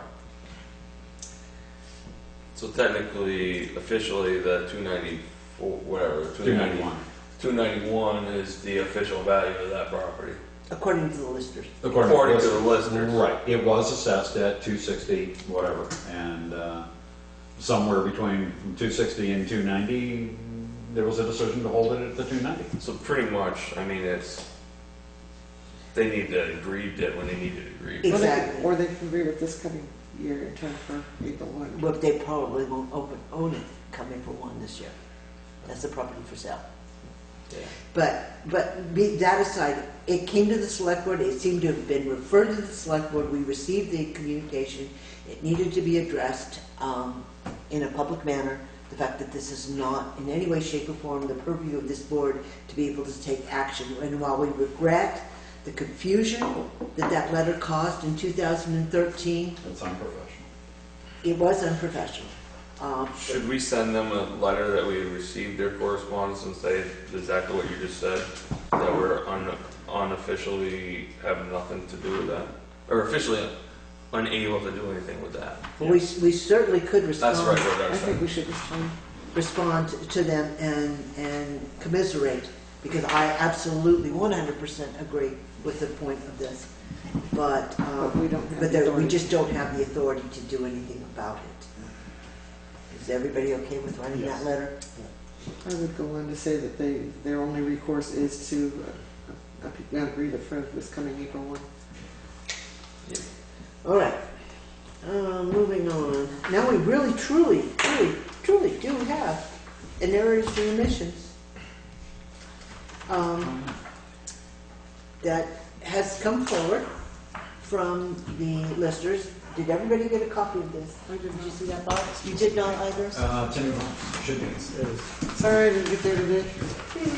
No.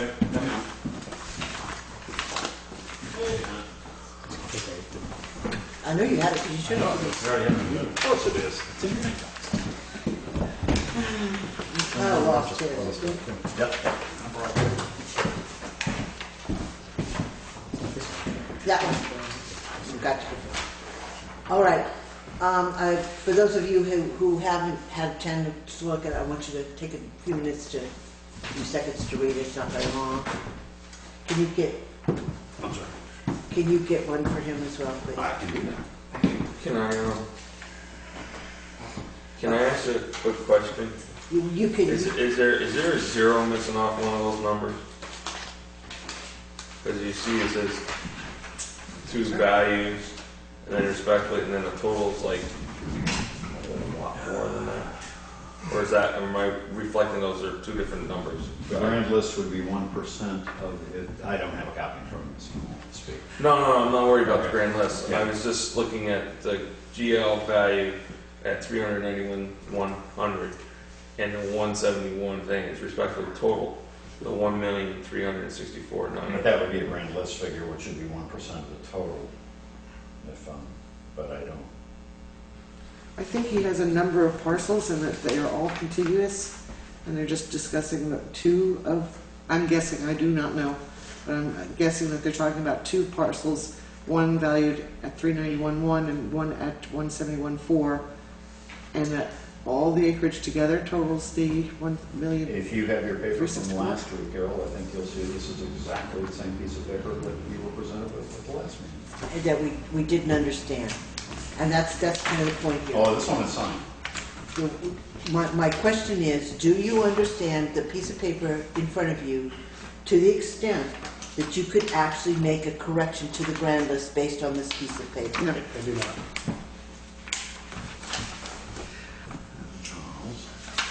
Usually listers came to present and explained to the boards. Why is no representative here to explain this? Average pricing too. I mean, quite frankly, I demanded, after the last meeting, I demanded that I had something in writing from the listers rather than just Acreage corrected to. un. So it sounds like there's two things missing here. Does it make sense enough tonight to make an adjustment on your behalf to do this? I mean, that's really what it comes down to. Would you like more information on Yes. I think you guys may, I think I kind of deciphered it a little bit, but I'm still sorry? kind of a little that? confused. A little, I can't understand you, Dan. What? I said I think I deciphered some of it, but not all of it, I don't think. Right. Well, I would ask, first of all, and that's, I'm prompting this, I shouldn't, which of those two parcels is the one that's being, is the omission or the correction on? Is it two parcels or is it one parcel? And No, I wonder if the first one is a different question. Because it says also Okay, well- 116 airly entered on two parcels. I think in the sake of time and everything else to discuss, until Alyssa is present to explain What's going on? the errors and omissions, that Because that's 100 from the 1779.33 minus 116. It is a 1663.21. correct. But however, it's not my role to interpret. No, it ain't. So I would entertain a motion then to table. I make a motion to table the errors and omissions until an appropriate letter and or list date is present at. You need to specify for I'm which. sorry. For Michael Charles. For Michael Charles, the lot number, I guess, Graham is number 05041-100 and 05041-000. Should be tabled until further explanation from the lister's office. Is there a second for that? Second. Any further discussion on that? Hearing none, all those in favor of tabling the errors and omissions on Michael Charles' property for further information, signify by saying aye. Aye. Opposed? Abstentions? The motion passes.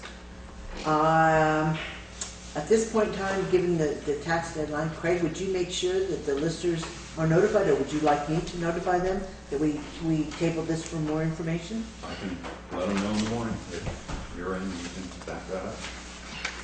Or Doc? All right. The next one is the, Do you need that? You're going to keep that? Doesn't Yeah. Yeah. the next one is the Sovereign Solar net metering agreement. And I do not have a clean copy for you. I can make one, but I don't have Peter's permission on the changes that I wanted to make, which some are more than some of you may have seen. And it was basically just two changes, one, a correction on the first page and a correction on the fifth page. But I've not heard back from him on that. So The wattage that this project is going to produce is incorrect on page 1. It is not a 500 kilowatt. third paragraph, I said on page 1. yeah. I'm sorry. If we have a copy that's signable, we could simply initial in the margin. Well, we could do that, or we could pending the approval, pending the changes, whichever way you would. How does it feel on this stuff? Well, we're not absolutely certain what the number is. We'd have to go back to the lease agreement to see what the final number was. And what was the change on page 5? The change on page 5 was to cure the breach, paragraph B. To cure such breach within 5 business days. I know in the lease agreement, we asked that be changed to 15 days because of the requirement of the Vermont Open Meeting Law to warn and or hold of meetings that 5 days is not considered an appropriate time to pull this board together to act in any manner, and in particular to cure breach. Those were the only two things that I saw on this agreement. I did notice, on page 4, paragraph B, is the sentence that prohibits us from taking net metering arrangement with any other person or entity. So that's what we were referring to earlier. Yeah, where was that? That's on page 4, paragraph under covenants, paragraph B. I cited that in my letter.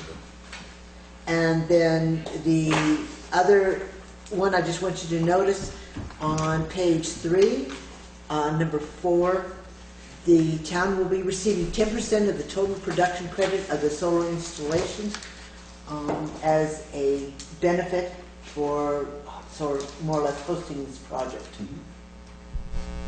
So we will receive 10% of whatever's generated. And that will be metered on site. Right. The company Sovereign will provide us with that data on a monthly basis. We will provide him with the data of what our usage is. And we'll work out the differences. Now, I can tell you right now, I'm not liking that. what? I don't like the idea that we can't take net metering from anybody else. Because if we wanted to put our own solar panels on our own building, we couldn't do it. That's not metering. No, it's not net metering. We can't buy Well, we into can- a solar field. field and another net metering system. We could put, To have solar panels on a building to get net metering on our own town building, that is considered, you'd be doing That net is with the metering. existing meters. Were you to build a new fire station and design to solarize the roof, that's up to you. once the meters are committed, yes. Right. So the town hall, The town well, garage. the town garage, right, and. Yeah, but we couldn't do that if we wanted to put solar panels on the town garage, huh? No, probably not, but we talked about that when we put up the town garage, and I don't know that that was viable then any more than it Yeah, is. but you gotta think about 30 years down the road. It's not oriented very It's not oriented the right way. You can't. That's just how long this agreement's for. Oh, I understand. It is, that. I right. understand that. We locked into a long-term agreement last fall. Well, we locked into the long-term agreement on the solar farm and everything else, but the thing is, the net metering, I mean, yeah, this is tail ends of that, Right, but we're you know, buying- that's a crucial point, I think. But we're getting 10% of the production of that solar farm for no investment whatsoever.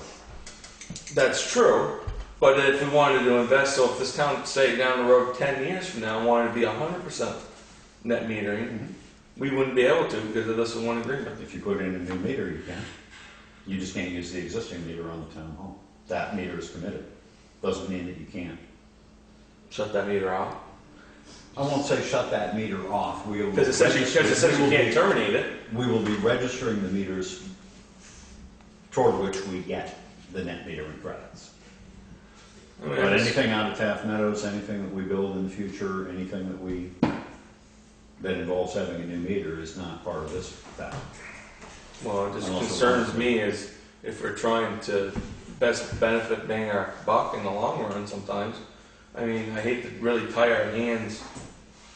I hate to see the town tie their hands now for 30 years on something that you could, technology changes and stuff. I mean, yeah, I mean, it's meters, but you can put in new meters or whatever, but I mean, that's a pretty hefty nail, I think, in a coffin. Well, but I'm a little bit concerned about the fact that we inherited the fact that there was a solar field going up on town property.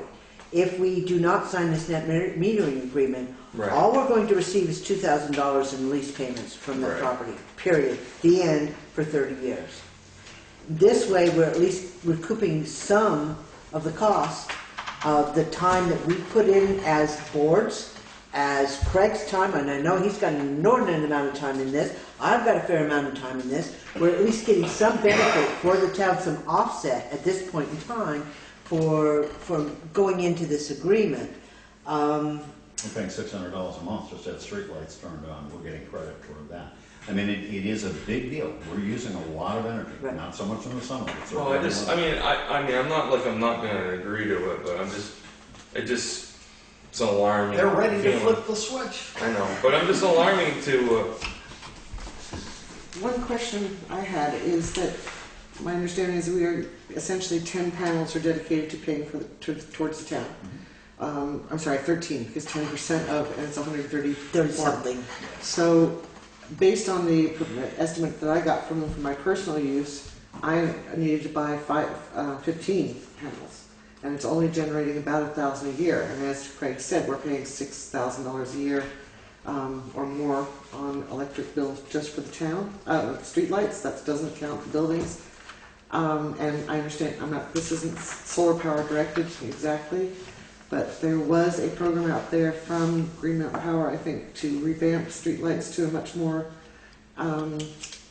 Energy efficient. energy efficient one. So, in other words, we're probably looking at about $1,000 coming in from this sovereign program, and we still have 12,000 probably going out in power bills. We're getting 10% of our bill taken off, right off the top, basically.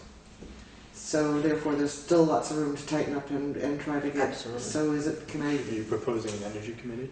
No. However, I will.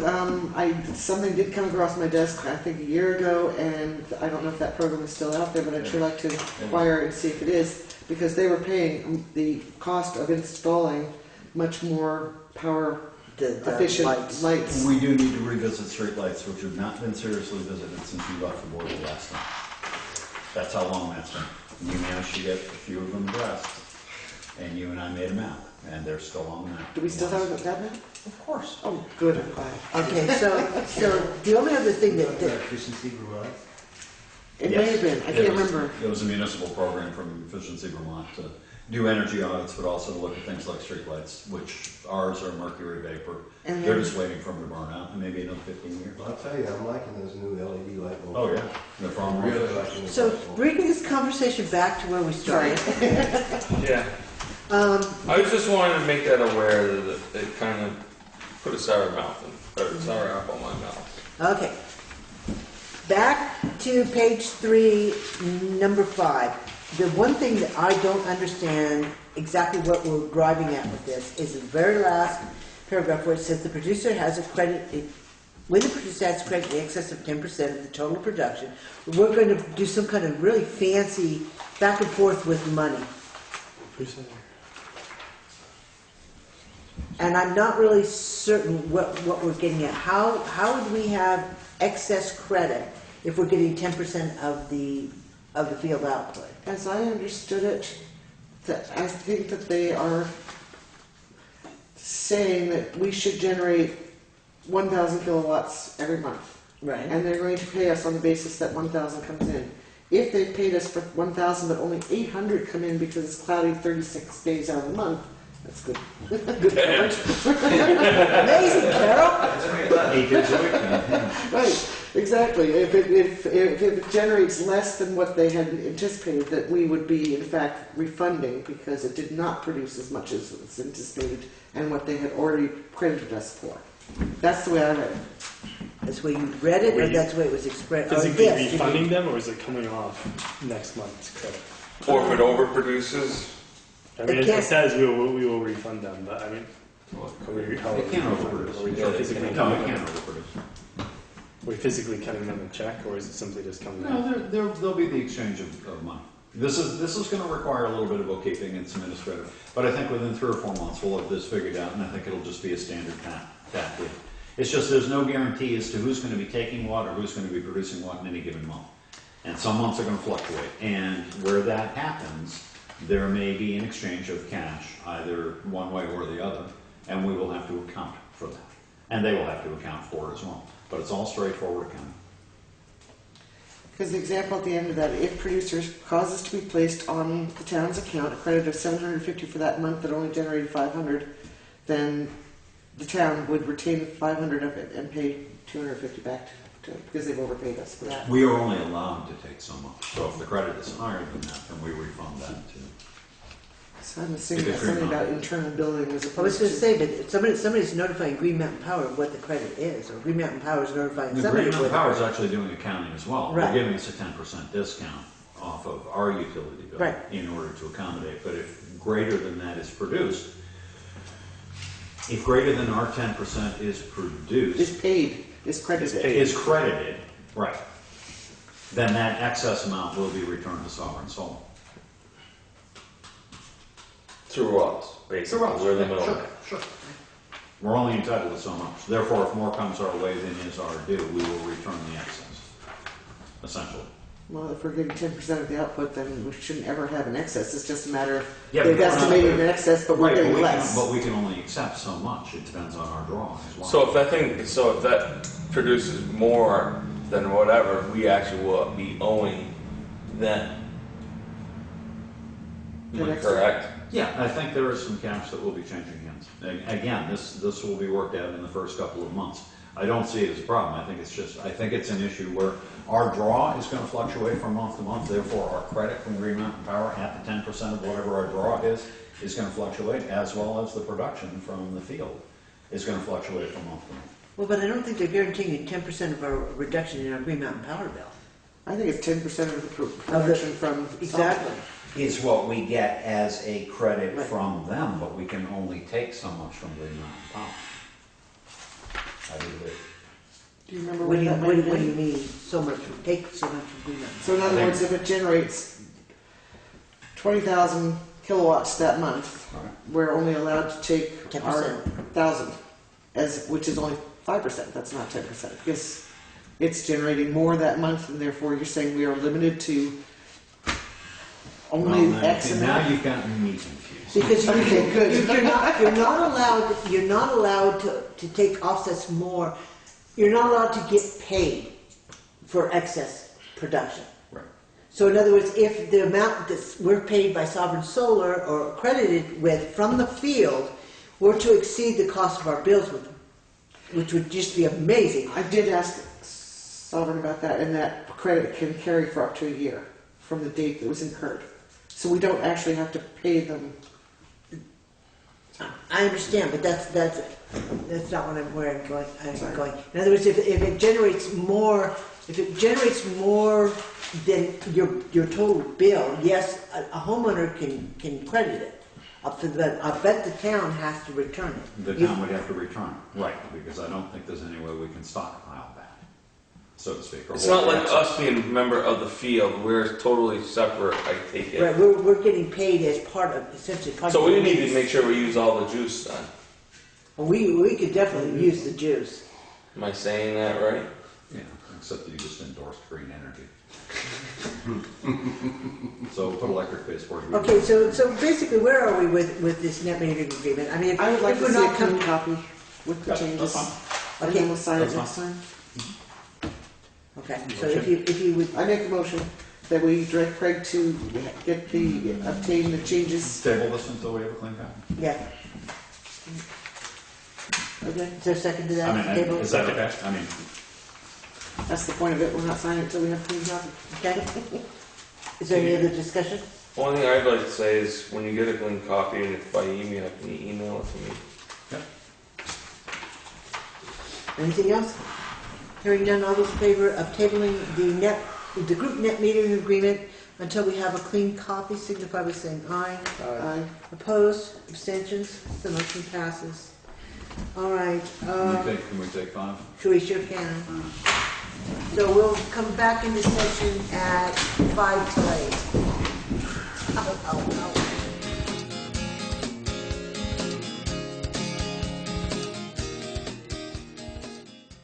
Okay, we'll call the meeting back to order at 7:57, thereabouts. Yep. Okay, we were at the point of talking at the next piece, the parking policy, but someone has walked in during our intermission, and I would entertain a motion to reopen members of the public to allow the individual to speak to us. So moved. Second? Second. Any discussion?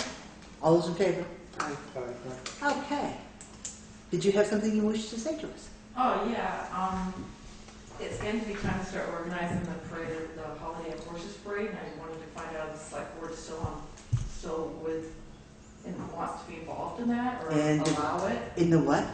Holiday of Horses Parade. Don't think any of us were on the board previously to know No, about he this. was here, he's the only person who's familiar. Okay, last year, I don't know if you were aware, but we had a little impromptu Holiday of Horses Parade, I think it was the second Sunday after Thanksgiving. And the main concept was to have fun, which we did, and to help support the local nonprofits and bring awareness to the local nonprofits in the area, because there's a lot of them and they're doing a lot of cool stuff. And it was a success. Everyone really enjoyed it. Everyone wants to do it again this year, but I cannot do it without going before you all again. Of course, the select board helped with traffic control, and of course gave us permission to go ahead and do it. horse trailers were behind the school, and this was available for people to set up tables in 6th grade, so food. We had a raffle to support the food shelf. That went really well, that people had a good time with. And I just wanted to see if it's a go, because it takes a while to organize, and if I'm going to get on board with this, I got to start doing it soon. People bring horses, ride horses, basically around the common, from the common to Valley Cares and back. And people from Valley Cares all came out to wave. Oh, they loved it. Yeah. In fact, they kept on asking people to go around. I think the riders went around like 3 times because the people liked it so much. People at Grace Cottage, the Grace Cottage knew about it, and the nurses and stuff had people coming to wherever they could see out the windows, and they liked it. We had people here at in front of the common, and they all enjoyed it, and everyone wants to do it again. So the only thing is, if we do it again, and I have a feeling it might be bigger, because a lot of riders and a lot of people wanted to come that didn't really know that much about it and weren't sure of it, but now that it's had a really good response the first time, I think we're going to have more people, and we had the whole behind the school is all booked up with trailers. So we're going to need some overflow parking, which I thought would probably be by the fire station and at the little place over the bridge at Grace Cottage, and I don't even know for sure if that's okay. That would be up to Grace Cottage. Do they own both parking areas? Yes. Yes. Okay. Yeah, they do. So that would be up to Grace Cottage. Basically, last year the select board approved it in theory, and emergency management simply slowed traffic. Horses had to be on one side of the road, go up, turn around, and then stay on the other side of the road. And I think it took probably about an hour and something. Maximum, Yeah. And that was doing 3 laps of Valley Cares. But everyone really had a great time. The 6th grade made money, the food shelf made like $200. I think that I know a lot of people would like to see it done again. And Everybody in costume, the horses dressed thoroughly. Yeah, it was fun. Is there any horse trailing possibilities up by Oakwood Cemetery? You know where the cars park for funerals? Not in the cemetery, of course, but... Well, the problem is safely getting the horses down Route 30. We're trying to Stay away from the state possible. highway and potential skiers, and then having that all, well, it is plowed out anyway to a point. Whereas Leland Gray is entirely plowed out, Route 35 of course is. And it's a short run up to Valley Cares. You gotta remember this, we could have snow on the ground by then, so. Yeah. Yeah. And we had to consider all of that, snowbanks, So the cost most of the people I know that ride don't want to be on Route 30 on a weekend. So the only cost to the town would be presumably some sheriffs to control traffic? Well, it would certainly be the sheriff's, because the last time I have a feeling it was all donated time. It was all Emergency volunteers. management will go out again. I mean, the deputies will certainly rally to set up cones and show up early and talk to people and make sure. Have you that spoken to everybody- those deputies yet? I haven't about this particular subject, Okay. but I don't think there's going to be any problem with it. Okay. We had a lot of volunteers for that too. We want to get people that volunteered to help through the traffic. Oh, there are a lot of people who were at the parade who were also, lending assistance, but and we do have a deputy online. I mean, as something which is different, but. I think it sounds like a good idea. I'd make a motion that we allow it. Second, Second. any further discussion on that? I would just like to ask that when you start to firm up your plans, you notify us so Yeah, that that's we what I did can last year too. we can notify the appropriate individuals what's coming and time wise. If you use Leland Gray, did you? I got permission, I would do that Okay. again. I Okay. filled out all the necessary forms. Right. I will go to Grace Cottage and check with them about the parking and see if that's a possibility, if they're okay with it. I mean, we didn't do anything without making sure that everyone Okay. was okay with it. Valley Cares is way on board, and they really want to do it, as far as I know, they really want to do it again. So, the only other thing was we had people using this building, but we thought maybe the church would be a better location for people, because a lot of people wanted to stay around the common. This is, even though it's not that far, people tended to not notice things here. The signage wasn't that good, but it was off the path, and the 6th grade did set up in here, partly because of the threat of weather, but the weather didn't arrive. But then they moved from here over to, I guess, either the Common or... No, they were going to, and then they came back and they said, well, I don't think that's a good idea, But it because became like a warming everyone advertised that if they were going to be here. Right. So, but they would really like to be over, like, at the church or at the somewhere near the Common. So, and I guess that's about it. I mean, we'd love to be able to have people set up somewhere where they could hand out information, like Gerda's Horse Rescue didn't get here in time to have their brochures available. The therapeutic riding program led the parade. They had people leading the parade, but they didn't have anyone to help to hand out information. And those were two of the main things. The library, we wanted them to be represented, the town library, because they're great. And you know, they're doing a lot of really great things there, and we wanted to kind of make the public more aware, especially people with kids, about what they're doing there. It's just all good stuff, you know. What was the first one you mentioned? Gerda's Horse Rescue. Oh, okay, because I have a feeling that with horses, animals, and riders, that time of year and whatnot, that would be a standby issue as well. A what? Yeah, that was What's the standby issue? Talking about rescue or emergency services. Oh. That'd be part of the emergency management plan. Do you have you said you had a weekend in mind? Yeah, last year we did the second Sunday after Thanksgiving, and we wanted that to be like the regular time. If it's bad weather, I mean, nobody's going to ride horses in a storm with plow trucks going by. So if it turns out to be a bad day, then we just won't have it, because by then you're up to almost the weekend before Christmas. So we've only got that one window of opportunity, and everyone that's right, it would all be advertised as weather permitting. Because, as I say, you know, horses and plow trucks and flashlights, they just don't make a good combination. So no lights. And you did this started at 11, was it? 1. Was it at 1 o'clock? Yeah, 1 o'clock. It was what time? 1 o'clock. That gives everyone time to get their day started, and people with animals to get time to set up and everything. And All right. it's as warm as it's going to get usually Yep. in the winter at about that time. So, you know, and it lasted till about 2. I think maybe people were hanging around the town hall maybe a little while longer, and you know, just having a good time. All right, so there's a motion on the table to approve the horse parade, is that what you call it? Holiday of Horses parade. Holiday of Horses, okay, get this right. Parade, date to be confirmed. All those in favor of approving the parade, signify by saying aye. Opposed? Okay, as long as you bring us back some dates and I we'll will. start to firm some of this up, that would be, It just I might be late. I won't come in anytime to get out until 7:30. okay? Squeak in. Yeah, actually, You know, if you just contact Craig, he'll make note on our agendas if you're going to come talk to us. Or you can just give him the information that way and he'll pass that on to us, so you don't have to come back. He's available at the town hall, extension 103. Are you sure it's not 104?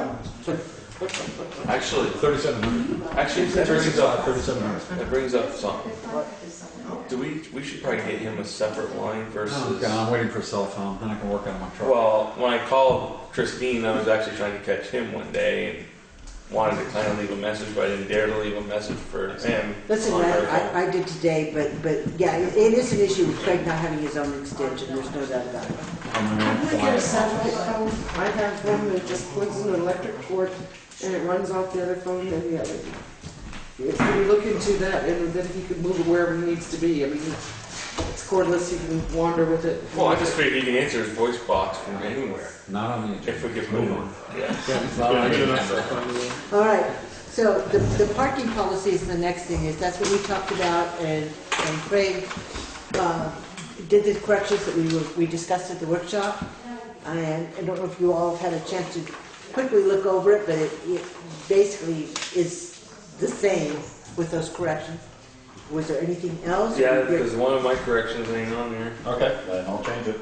Well, I thought did we agree to eliminate it shall be unlawful to park outside of the designated parking areas? Or what do we figure out on that? I thought Did I leave out painted on that, or did I put painted? It's painted. I think I left Outside that. of designated painted parking I lot. think I rewrote it. I thought it was supposed to totally eliminate. Yeah. I had down E was supposed to be totally out. Yeah, I do too. Okay. I I can, thought I weren't the only one. I weren't sure what we came to that. I kind of thought we eliminated it. So are there any other corrections? Then, did you want to go ahead then and have Craig bring us back, make that correction, and bring us back a clean copy for the next time so we can sign it and post it? I think you can sign it, and I can actually change that. It's the second page you're looking at. No, but if I can not be because it's still there. What's that? I don't have a copy of Yeah, the see, final. this is the copy that you crossed it out. What? In paragraph, section 3B, it shall be unlawful to park within 20 feet of an intersection. Is that on the final? Was it, yes, Section 3B. it is unlawful to park within 20 feet of an intersection, yes. Okay. And It's actually state law, but at least it's in here, then he can actually ticket it, and we'll get the revenue off of Right, but it was unlawful And then to it park was in section outside 5A. of 20 feet. That it which shall be unlawful to leave any Yes. abandoned vehicles parked so as to constitute nuisance on property owned, leased, or maintained by the town. and then we added a section 6C. Yeah, repeat violators may be subject to towing, booting, and/or additional fines plus any costs. So other than just eliminating that one that was gone over, do we have any other issues with this? I don't know. Hearing none, I would entertain a motion to approve this pending Did you get a? that sorry. one update. Okay, I make such a motion. Second. And since you can just delete a line and renumber section 3, we could sign, it's page 2. Yes, and the And town then- agent could hold that page with signatures until such time as she gets a corrected front page. Right. Okay. That would be my thought. So I'd like to see us sign this tonight. So right now, there's a motion on the table and a second to sign the parking ordinance That's correct. as will be corrected. Okay, is there any further discussion? Hearing none, all those in favor of approving the ordinance, signify by saying aye. Opposed? Abstentions? Okay, I'll begin the signatures, I will pass it along for you all to sign. And I'm sure he's just gonna detach page 2 to page 1. The one thing I do want to note while you're signing, Lord, huh? Can I ask who seconded that? I'm sorry. it. I said second, Okay, but I don't know thanks. if there was a bunch of us. But Yeah, no, I just need a second. I'll take those. The Leland Gray newsletter, Newsletter? yeah, has come out, and it does in fact have a little blurb about our new parking ordinance in it, and I'll read it as you press the paper along. It says, in July, the Brattleboro Reformer reported the town of Townshend will increase the presence of Windham County Sheriff's Department and issue tickets for parking violations. The staff hired for this expanded role is Deputy Andrew Brothers. This change is expected to take effect before school starts, and all students, parents, guardians, and employees should take heed in avoiding parking fines. In speaking with the Leland and Gray principal, Select Board Chair Kathy Hagee shared, our biggest concern is allowing people to use the town hall and the church and the elementary school. We are an older community and the number of handicap spaces reserved is very limited. To help in this process, Leland Gray will be issuing parking stickers to students and employees at the start of the school year. Students will need to submit a signed parent permission form and a copy of their driver's license in order to receive a parking sticker. Students are expected to park on D level only. Eligible seniors stickers will be available in a different color because they have special privileges, has nothing to do with parking. Visitors, including parents and guardians, will be asked how long they expect to be at school. All will be encouraged to find parking on A, C, or D levels. If they are parked on the streets, such as Route 30 or 35, or on the green, and I did not say Route 30, so that's from nowhere. They must obey the time limits posted, currently 2-hour maximum, or other restrictions in order to avoid fines. And that's what went out to all students and teachers. So we need to move forward on this. So speaking of that, did we ever find out if we had extra signs? We thought we had some stored. We didn't find out, or we don't have them? I don't know. Oh, okay. Can we check to see if there are some in cold storage somewhere, rather than having to produce some more? All right. And I take it that went to Craig eventually. I missed the paper. Did you get the signature page on that? I do. Okay, okay. The personnel policy is specifically working on, at this point in time, the UniFirst contract, wherever the devil that ran off to. You guys did it. And somewhere on the table there is the current bill from UniFirst, should be that same color green. That had writing on the bottom that said. Right here. Yeah, they put it all together. Okay, that's fine, I just can't lose that, that's next week's bill. So basically what is here, as I explained to Craig, is a change in terms, to Kurt, I'm getting tired, is a change of terms of the contract. And they have provided us with a new contract for the uniforms for the highway department that they're asking us to sign at this new higher price. I've been told, and research has led me to believe, that past boards have tried desperately to get out of this particular contract with UniFirst. Quite frankly, at this point in time, we do not have a contract with them. If we sign this, we will. We will be bound by whatever terms are in this contract or were left on our original contract. It basically says the bill for next week, I guess this is. It says, to continue service, please sign and leave for the pickup next week. Front and back page, thank you, which is the contract itself. So, are there any thoughts? Does the board have any thoughts, given this has been a topic of conversation now for several years, I don't know how many, about this contract? Does the board have any feeling one way or another about signing this contract? I'd rather not sign this contract right now. I know it's kind of coming right at us, and I know this has been barking up the tree for a while, and we should have known this was coming, and we probably should have done some legwork, but it'd be nice to at least put it out to bid and see what else there was out there for companies that offer uniforms, at what cost. But I also thought of the idea, I did some research to where we actually purchase sets of uniforms and issue them to the employees for their job. And I kind of was working off the basis of 5 sets of like getting them shirts, t-shirts, sweatshirts, but not necessarily getting them a ton of sweatshirts, but getting them a couple sweatshirts and obviously some safety shirts and stuff, and a uniform, that type of stuff, and a jacket and a rain suit and stuff like that. And looking at what the price is a hell of a lot cheaper. We purchase that every year, once a year, would be almost, without actually doing some diligence and trying to be fair and looking at it. We also buy the pants and stuff. Buy them I was looking at 5 pairs of pants and stuff. I mean, it's, the only thing is Kurt does bring up one good thing that I haven't really thought much about is we actually do need to have a rag service. It is part of our spill prevention, and that has been handling at the town garage. We need to have that rag service. I'm not sure on how much that is on top of the uniforms. It's about $250 a year, I think. If it's $20 a week, it should be the first thing on the bill. And how much that is out of the big picture. I mean, that contract is looking at roughly how much per year? You have it printed out. That contract for UniFirst is $6,678.25. That's last year, before the price increase of about 10%. Right.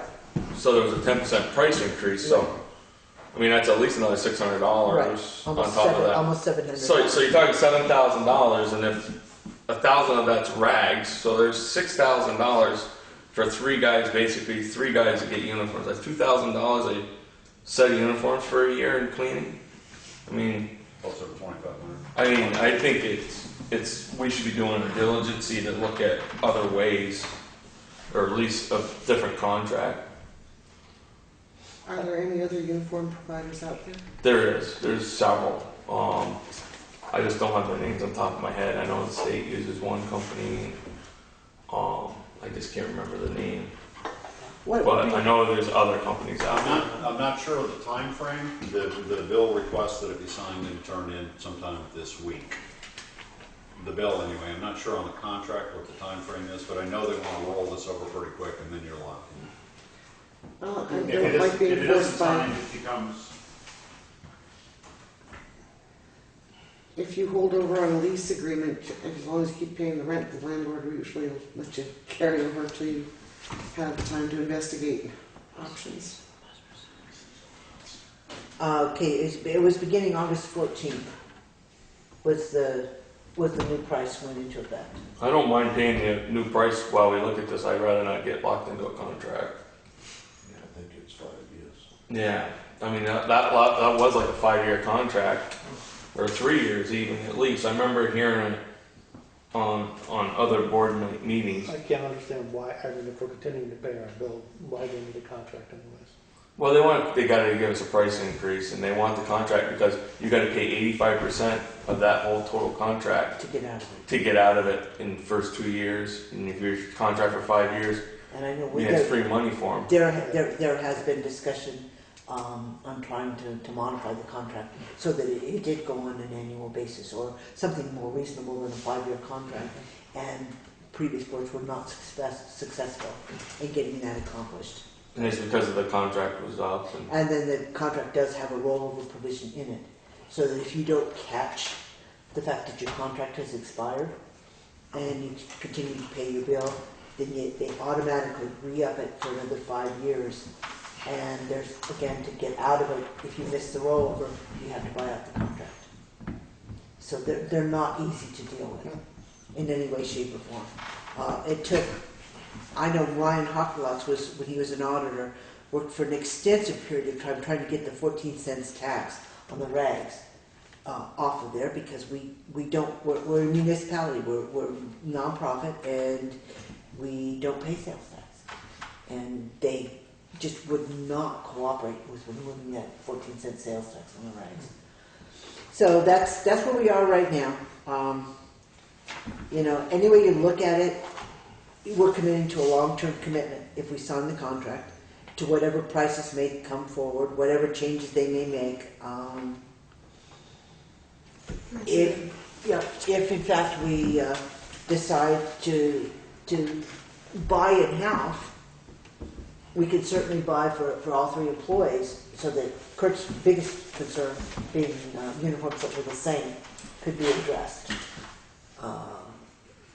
Needless to say, we just have to figure out what each employee would need on a weekly basis to be able to meet the needs for the core. And my other concern is too, Bob, about it is that it meets OSHA and highway safety compliance. Your guys' uniforms right now you guys can wear a safety vest, but if you're out at night, you're not class 3s and stuff like that. And I'd like to see us get at least on board. did the uniforms have to be FR? That'd be a trick question. I don't believe it does. No, fire resistant. We may have to provide fire resistant resources, but not necessarily have to be, all of it has to be fire resistant. Kurt just made his comment earlier tonight that he was always on fire. So I would think that would be something to be pretty important in clothing to some extent. Yeah. Burn holes, Yeah. not necessarily in fire. But that's not the way he said it. He was always on fire. Depends if you use the fabric stuff. Well, the thing is, he's concerned about, he doesn't want polyester that's going to sit there and help to his skin either. And I understand that. Interesting, it says in here, the term is 60 months, 5 years. The agreement will be renewed automatically and continuously for multiple successive 60-month periods unless customer gives written notice of non-renewal to the other at least 90 days in advance of the next expiration date. You have this little window right now. So they're saying the contract actually starts within 90 days from now, or they're saying it starts August 14th, and we've already failed to notify them 90 days in advance. 2 weeks, a week. Well, we just got the contract. How can we possibly? It just came in Friday, and the bill says, please. We'll contest that if that's the case, because we just got the contract, it was dropped off with the uniforms. I think we pay And the I bill don't- as usual for now, and we can get investigating other options, other possibilities. What would it cost reasonably to supply each of the men with working materials for a year, and then see if we can't come in under this, and without skinning them, without making them. Would the fact that we accepted the new price without a signature? I wouldn't want to pay them $145. That's a 10% increase. That We becomes need the to agree question, to. would that signify acceptance of the contract? If we don't sign the contract, I don't think that they can imply that we have accepted the contract. We are paying the price for the service that has been rendered, you know? I mean, isn't this being billed after the fact? We have yet to pay, I think we have an invoice. That's the This is invoice. the invoice for the new price, which just came in. Right, but And that's for the services rendered this past week. I'm not sure. I mean, nobody's been able to really say that. Where does it have? No, we don't. Okay, this is dated the 15th. You can compare it to the one you just paid to see what the changes are, which is what I did. I didn't type that one up, but I did type the other one that came in on Friday, because the other one is at the old price. How many days is that? Way That got back. 30 days before we pay That it? last one back, and probably the second to last invoice in the. It's got 30 days. Yeah, it's in at 30. You got 30 days, so I'm just hold sorry, on, we'll yeah. have some idea by next There you meeting. go. We need to have something by next meeting, and we just won't pay that. Sorry, 30 days. no, it's the one right before that. Answers, Sure. and then Okay. pay it, Should be pay it as rendered 200. services. And have a new plan, or whatever. Yeah, it seems to be weekly. 15 day date. Yeah, the weekly dates, because the one we just paid tonight is for the week 80, yeah. Well, they come weekly, so they're not 8/8/14. having a weekly invoice. I took that, but that's okay. And this is- So this must be for what they're going to drop off on, That's probably what they did. this is the one That was that, last Friday, this is the one that the uniforms they drop, you're wearing now. yes. Yeah, he dropped it off on Friday. It didn't- Okay. So yes, we will, the uniforms they have on right now, we're paying it essentially in advance. Well, they are wearing them right now, so I don't. My feeling is that just because we pay the invoice for the services rendered does not necessarily, much like I said, a landlord kicks, a tenant fails to renew a lease but continues paying the rent, and the landlord's okay with that.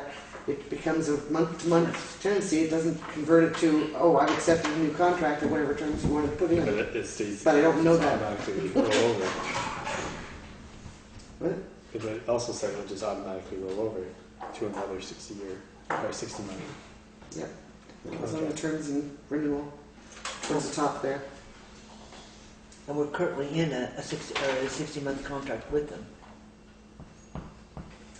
They're just evidently changing it to the point where they have to reinitiate the contract, so the 60 months will start over again. Presumably we are in a brand new 60-year period. I don't like the fact that it's locking us in without any say-so time after time, and obviously this has been going on for quite some time, so I guess if they cease to deliver uniforms, we are going to have a real crush to get uniforms from somewhere, and we'll have to figure it out from there, but Yeah, I didn't see the, it's kind of a strong it is. approach to doing business. It is, and I don't like it, so Yeah. I'd like to at least investigate what else is out there and see if we can do I better. know their initial investment is that they make up all the uniforms. We put the names on it. But they've been doing this for what, at least 10 years? I think they've recouped It's their. the same patch goes on and on. Yeah, the selling of the patches is not good stuff. It shouldn't be. So what's your pleasure with this contract? How would you like to handle it? We paid the bill for what essentially was 2 weeks ago now. I make a motion that we table any decision on signing this contract until we can investigate other options. Okay, what about this bill? Should we pay the bill and along with the bill, send a letter that, The bill is 30 days, so you got. Right, we've got time to pay the bill, it can go in the next warrant, but is that what you want to do, is just move this bill forward for payment and continue to take the uniforms? At this point, I think I do, and I think that perhaps a phone call to you first should go out saying, we're looking at other options. We're not sure we're going to renew. Not saying we're definitely canceling, but put them on notice so they can't say we didn't, we're springing this out of the blue on them. Well, you have to call corporate, and from what I understand, that's not a fun conversation to have, just so you know. Well, maybe perhaps we can just send a letter back to the address that's on top of that. Good. I would do a It can go in with the billing. Okay. letter with See, you're having trouble too. yeah. It's not just me. I'm gonna say notarized, but so they sign for it. Oh, certified letter. So at this point in time, the motion on the table is to table the contract until we can Investigate. explore other options for uniform service for the highway department. And was there a second on that? Yes, I'll second. Okay. Is there any further discussion? The only discussion I would like to bring forward then is that the current bill, we will continue to pay the bills for the uniforms that are provided until such time as we make a decision. And a letter should be sent to the corporate office and notifying them that we are not renewing the contract. We are exploring options. We're not renewing the contract at this time, so that we keep the option open. We may end up saying this is the best deal out there, much as it seems unlikely. Did you have something to add? Well, I was gonna note, I know they're only charging us $25 a week for the rags, but if we were gonna go to a rag-only service, I'll bet you that'll double or triple. It could be. They're not going to be delivered for $25. No. Right. No. No.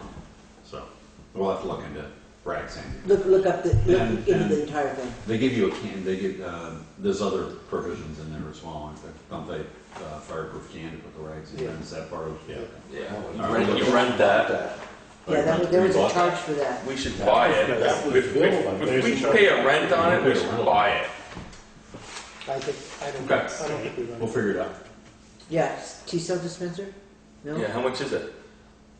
I don't know, there's nothing there, it's blank at the moment. Check the other bill, or we can check other bills. There's a safety can, which is is this the whole thing? Let's see.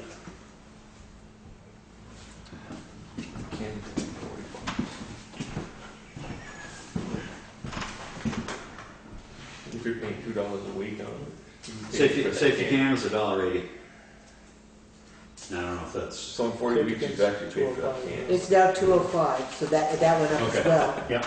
No, but that's the safety can for a week or every other week or whatever. Not $9. Does the safety can have to be carried out with the oil rags Nope. for safety? I mean, do No, they, So we that's could buy just, it. like we could buy our own. for $104, we Oh, buy yeah, that that's one? Okay, so at this point in time, we will just continue to pay. There's a motion on the table. Seconded This, motion. I understand everything. Okay. But I'm just clarifying what we were doing, that we're going to continue to pay as it is, so. We're all paying a those- higher price? Evidently. I think so. I think that we would be in breach, How are we in breach if they raise the price 10%? You didn't and we agree have with agreed to it. I don't get I don't into know his contract law. it? Anyway, okay. I don't know. Well, short of that, they're going to be running around in their little hot pink shorts and their muscle shirts come next week, come up. We'll figure something. I think, Anyway, the motion is to table the signing, the acceptance of the contract until further, Explorations. to explore other And options. send a It letter. has something to do with paying. And The bill won't be due until September. And to send a letter. And it's unletter. Okay, so all those in favor of approving the motion as read, signify by saying aye. Opposed, abstentions, the motion passes. So I'm assuming who is going to be responsible for checking into the other services to see what's available and, I can call around. Can we get some rough quotes based on the service that they currently have? By the Ancient Roads site visit on Saturday, Oh, I'll yes, have you okay. something to look at. Okay, that'll I also like to look at it, I'd like to still also leave on the table the looking at purchasing our own stuff and issuing it. That's part of exploring other options, I would think. I Yeah, don't know. That can be a component, an element of it. all right. Because there's some stuff there. to be pros Okay, and so cons. then, the next thing, well, we keep going all around, not following any sort of normal. BTA. No, we're not, well, I went all around that, didn't I? Okay, so yes, the BTA, oh God, that's another one. Oh, that just didn't Is that something I should have seen somewhere? Oh, probably not. We all got copies, I believe, of the VTA at the last one because we tabled it. It was something that we didn't have enough information on because it began with boards 3 or 4 years ago and has kept coming forward. It's That's the cell tower, emergency cell tower in the clock tower. Cell phone antenna in the clock tower. Oh, that's one. Oh, thank you. Yeah. Yes. Okay? Sorry, my BTA wasn't in there. It's grown legs. Well, Kathy is oh, God. making a career out of it. It is now, I have a little bit better understanding of it. I've been in touch with lawyers. I have spent the entire day on the phone with lawyers. By the way, I need a raise. Just so you know. And talking to the gentleman that's responsible for this federal money and the disposition of such. And we've come to the conclusion that the whole project has changed so much over the last 3 years that right now the majority of the benefit to the town of Townsend to move forward with this project would be to allow the town to have satellite access, both internet and cell phone, in the event of another catastrophe via satellite. Okay? That is absolutely the only thing that I have been able to determine that will be a benefit to the town of Townsend if we sign this agreement. Doesn't a sat phone also use a satellite? And isn't that a lot cheaper? Well, this isn't costing us It's anything. not costing. We were supposed to get things. But we were going to have things done to the building to allow it. And we have to go into that. One of the things, which I was talking about the 3 solar agreements that we were talking about today, one of the issues is putting a solar panel out back to charge the batteries, to run the antenna, so it doesn't come off of our power grid. And the excess power that was to be produced by that solar panel is in fact supposed to be a net metering credit for the town of Townsend, which we cannot accept. The original agreement included a generator that would run this building in the event of an emergency so that it could be used as a communication center for all kinds of issues, communication issues mainly. That generator got pulled off the table. It's no longer viable. Let's see, the generator's originally off the table. We signed a net metering agreement. AT&T, the tower that we were basically not objected to, is across the street, is now with the Public Service Board, and that we know for a fact will service the center of Townsend if in fact it's built. So this proposed system they were going to put in was going to bridge the gap between the repeater that was on the telephone pole, I believe in front of the garage, around the corner to pick up the next pole, which I believe is at Ryan's driveway, thereabouts. Could be Mountain View, yeah. Somewhere in that vicinity. The signal on Route 30 will not go around the corner without them utilizing something here to broadcast. Okay, so those options really don't matter to the town of Townsend any longer because they're moot. We have what we need there. They kept touting the fact that we would have all 911 calls service, using this system. Well, if the tower goes up, we'll automatically have 911 service regardless of the type of cell phone you have. So that doesn't hold water either. The only thing it would do is if you had the SAT connection, assuming somebody on the other end can receive your call, that might be a little bit more of benefit to the town if you could get to emergency services via satellite. Basically, she highlighted this for me, so I'll just read her comment into the record. The goal is to make Townsend's communications and access to the rest of the world invincible, so that the isolation brought by Irene could not occur. That's the goal of this project. Were we isolated? Evidently, we were. We have radio problems, we had communication problems between highway department, fire department, those kinds of things, but they didn't have to do. We did have a couple of phone lines down briefly, but basically we had no cell phone service. So if your landline didn't work because trees had come down or something like that, then we did have those communication problems. And one of the things they had said before AT&T decided to come in across the street was that this could become a hub for people who needed to contact relatives or whomever to let them know that they were okay. But given the destruction we had during Irene, you weren't getting down off the mountains to come down to the center of town and utilize this system. The system is only effective if you're within sight distance of Route 30. So what good was it going to do the town clerk up on the hill when her road was so washed out there was no way she was going to get down here? One of my biggest issues, and we've been going back and forth with this, is the fact that the only people who can use the cell phone portion of this system that currently exists, not the 911, but the cell phone portion, are people who have plans, cellular plans with one of the 4 carriers that are currently using this. And I kept arguing, what difference does that make to the resident of Townsend, when in fact, why would you have a cell plan if you don't have cell service? And I could not seem to get that through anyone's head up there that was an issue here, that we wouldn't have a cell plan to be able to utilize this system. The most we have is a Go phone or a track phone that we use our minutes when we go someplace. When we go someplace to be able to have service. They don't seem to buy that argument. They kept telling me that the out-of-state tourists and whatnot, visitors, would come up here with their plans to be able to use the service. And I took serious offense to the fact that we were... I know you care why. Huh? Yeah. I took serious offense to the fact that they were not supporting their constituency and were more concerned about the people who were coming from out of state than the people who lived in this area. So the project as it currently stands will only benefit Townsend in making us supposedly absolutely foolproof when it comes to communication via satellite. The downside... Huh? With who? I don't know. They don't tell me who I'm talking to. Just that you've got a SAT connection to somebody. Whoever we can dial. That's right.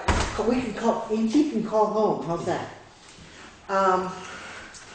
The state. I mean, yeah, we could call the state, but the problem that we're getting into now is with the historic building, and these are the issues I raised. The fact that they are going to put a solar panel out here visible from Route 30 on the side. They're going to come in above the stone wall foundation. So they're not going through the foundation. They're going into an unknown half-inch pipe about 4 inches underground in the vicinity of something above the stone wall foundation. She's still quoting many trees need to be cleared, so Pathfinder info not recorded. All the stuff we saw from that last site visit. So they still don't know what's going on over there, whether the solar panel will even work without us poaching trees off of the neighbors' properties. Right. The trees on our property have been cleared. Part of the clearing this winter was to remove those trees that face to the south and to the west, between us and the house next door. What right now is out there is sumac, and that'll come right down. That's growing up mostly this year. But the trees that are blocking are on private property, right, and we don't have authority to. The other issue, we were talking about it today, was the antique clock that is in the clock tower. It's currently not working correctly, and I believe there's a call into the clockmaker to fix it. But we were talking about the manner they were going to... Okay, let me back up one step. The antenna for this system is going to go on the slate roof behind the clock tower.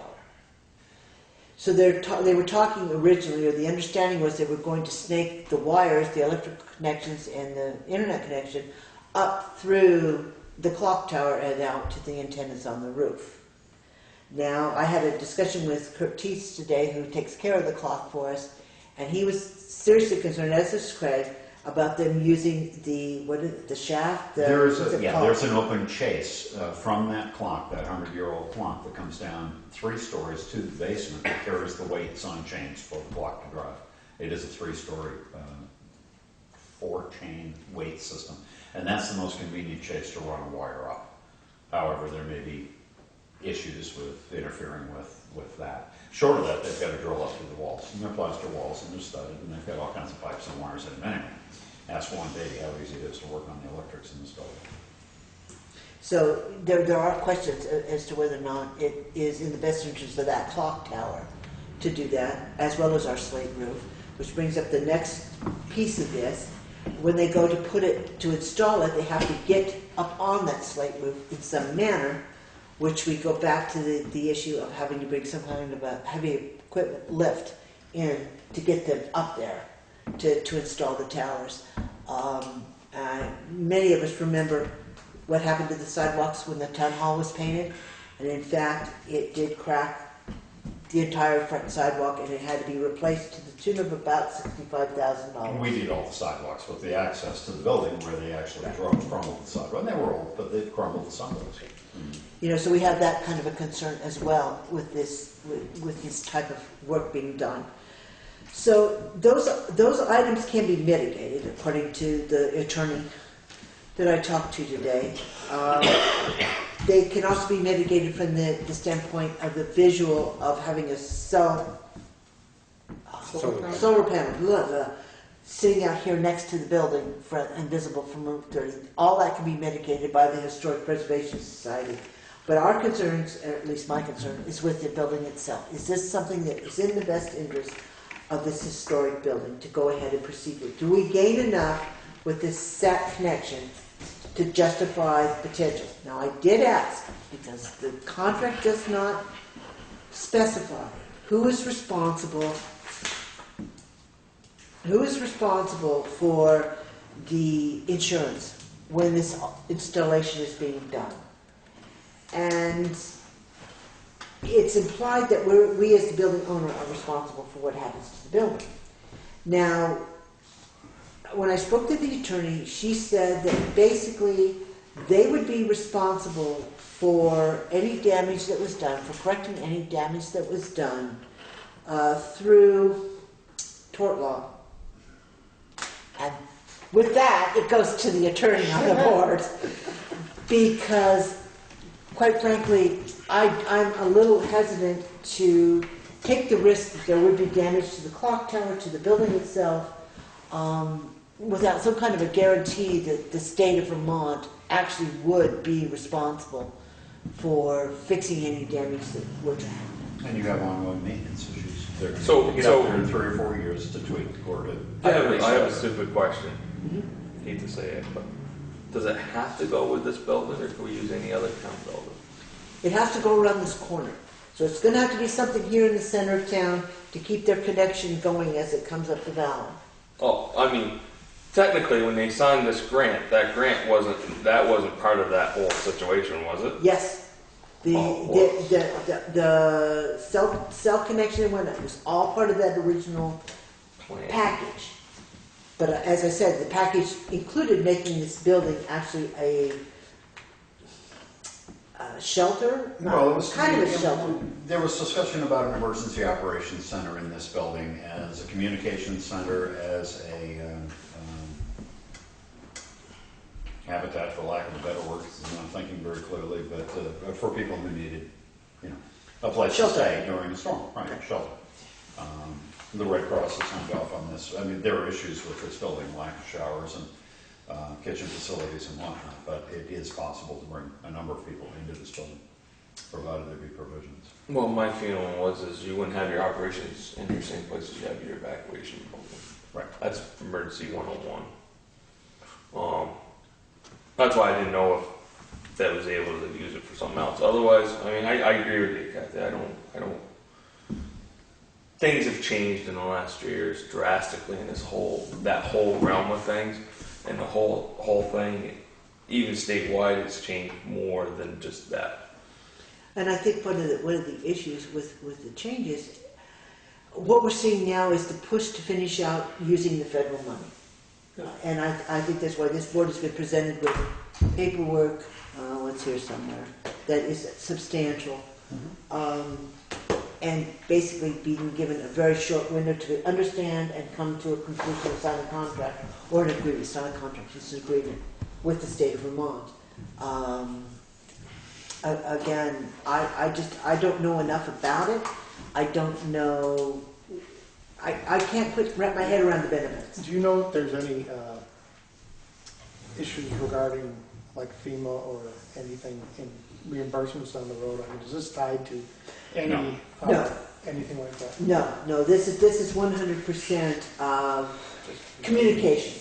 Sounds like it's a beast of its own, that someone had a tangent, had an idea, and someone from down in Washington gave him money and said, here, go with it, roll with it, and he's in there, and it was a whole big plan of the whole thing, and it's one solution to make it's one solution of obviously 100 different solutions, and being its own identity solution. And Now, the one thing they have, she did offer, I've been in touch with Mr. Malco, who's the person that contacted the town in the first place. I've been in touch with him. He has asked that I communicate with him as soon as we decide which way we're going to go. And I also have, he has offered to come down and have a special meeting with us for this purpose, to answer questions if we so choose. Now, I don't know if you're up for another meeting, if you want to pursue it that far, but the offer has been made, if you want to understand more about this. Sounds like a lot of a lot of issues for something that might not be used for the next 100-year flood. Well, that's what I asked, is this something that I would ever see used in my lifetime? I hope not, and probably not. Conditions on the ground have changed. Now, again, back when we had Irene, we did not have valid armored communications, so to speak. We didn't have the power outages that other towns had, but we had some communications glitches. This was offered to us. We looked at it then.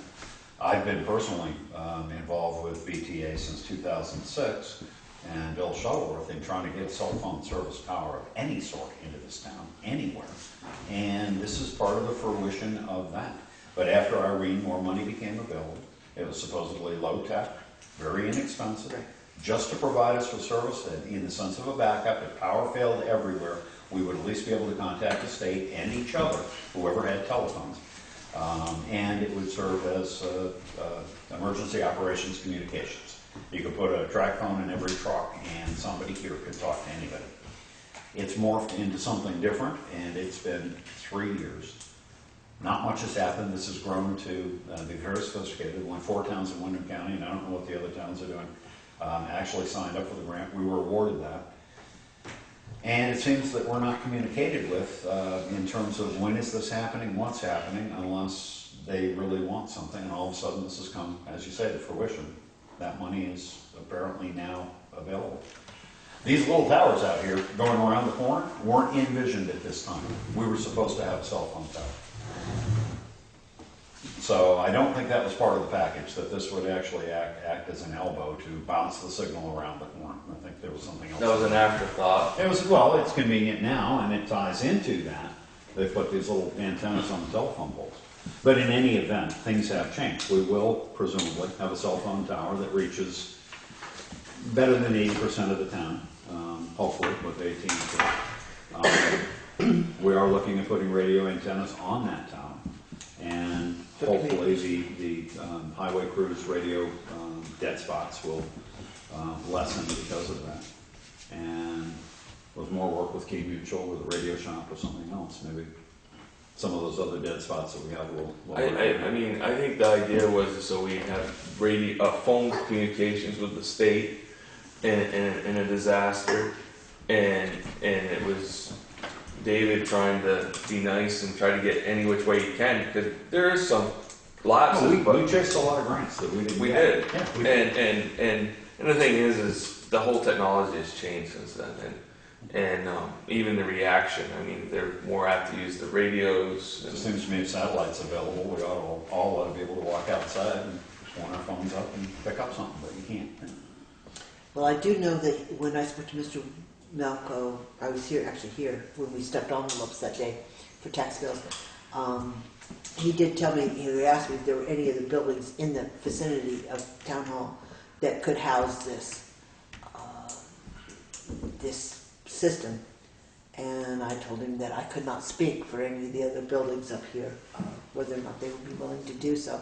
But again, there would also be, now that we can't take the net metering credit from the solar piece, we're also paying for the electricity to run this. Not that it's that much money, but it just would be another cost that the town would bear. And potentially there are 2 other buildings within the vicinity that could house that quite easily. I'll make a. We already have a motion, don't we? Or I don't think, no motion. I'll make a motion that we discontinue the effort, I want to say, for this, and send them a letter saying thanks, or not thanks for the thing, but we would like to terminate I'd like to terminate any further exploitations of this, and advise them that hopefully they could, and, if we do it now, the idea is that maybe one of these other towns can get it that really want it.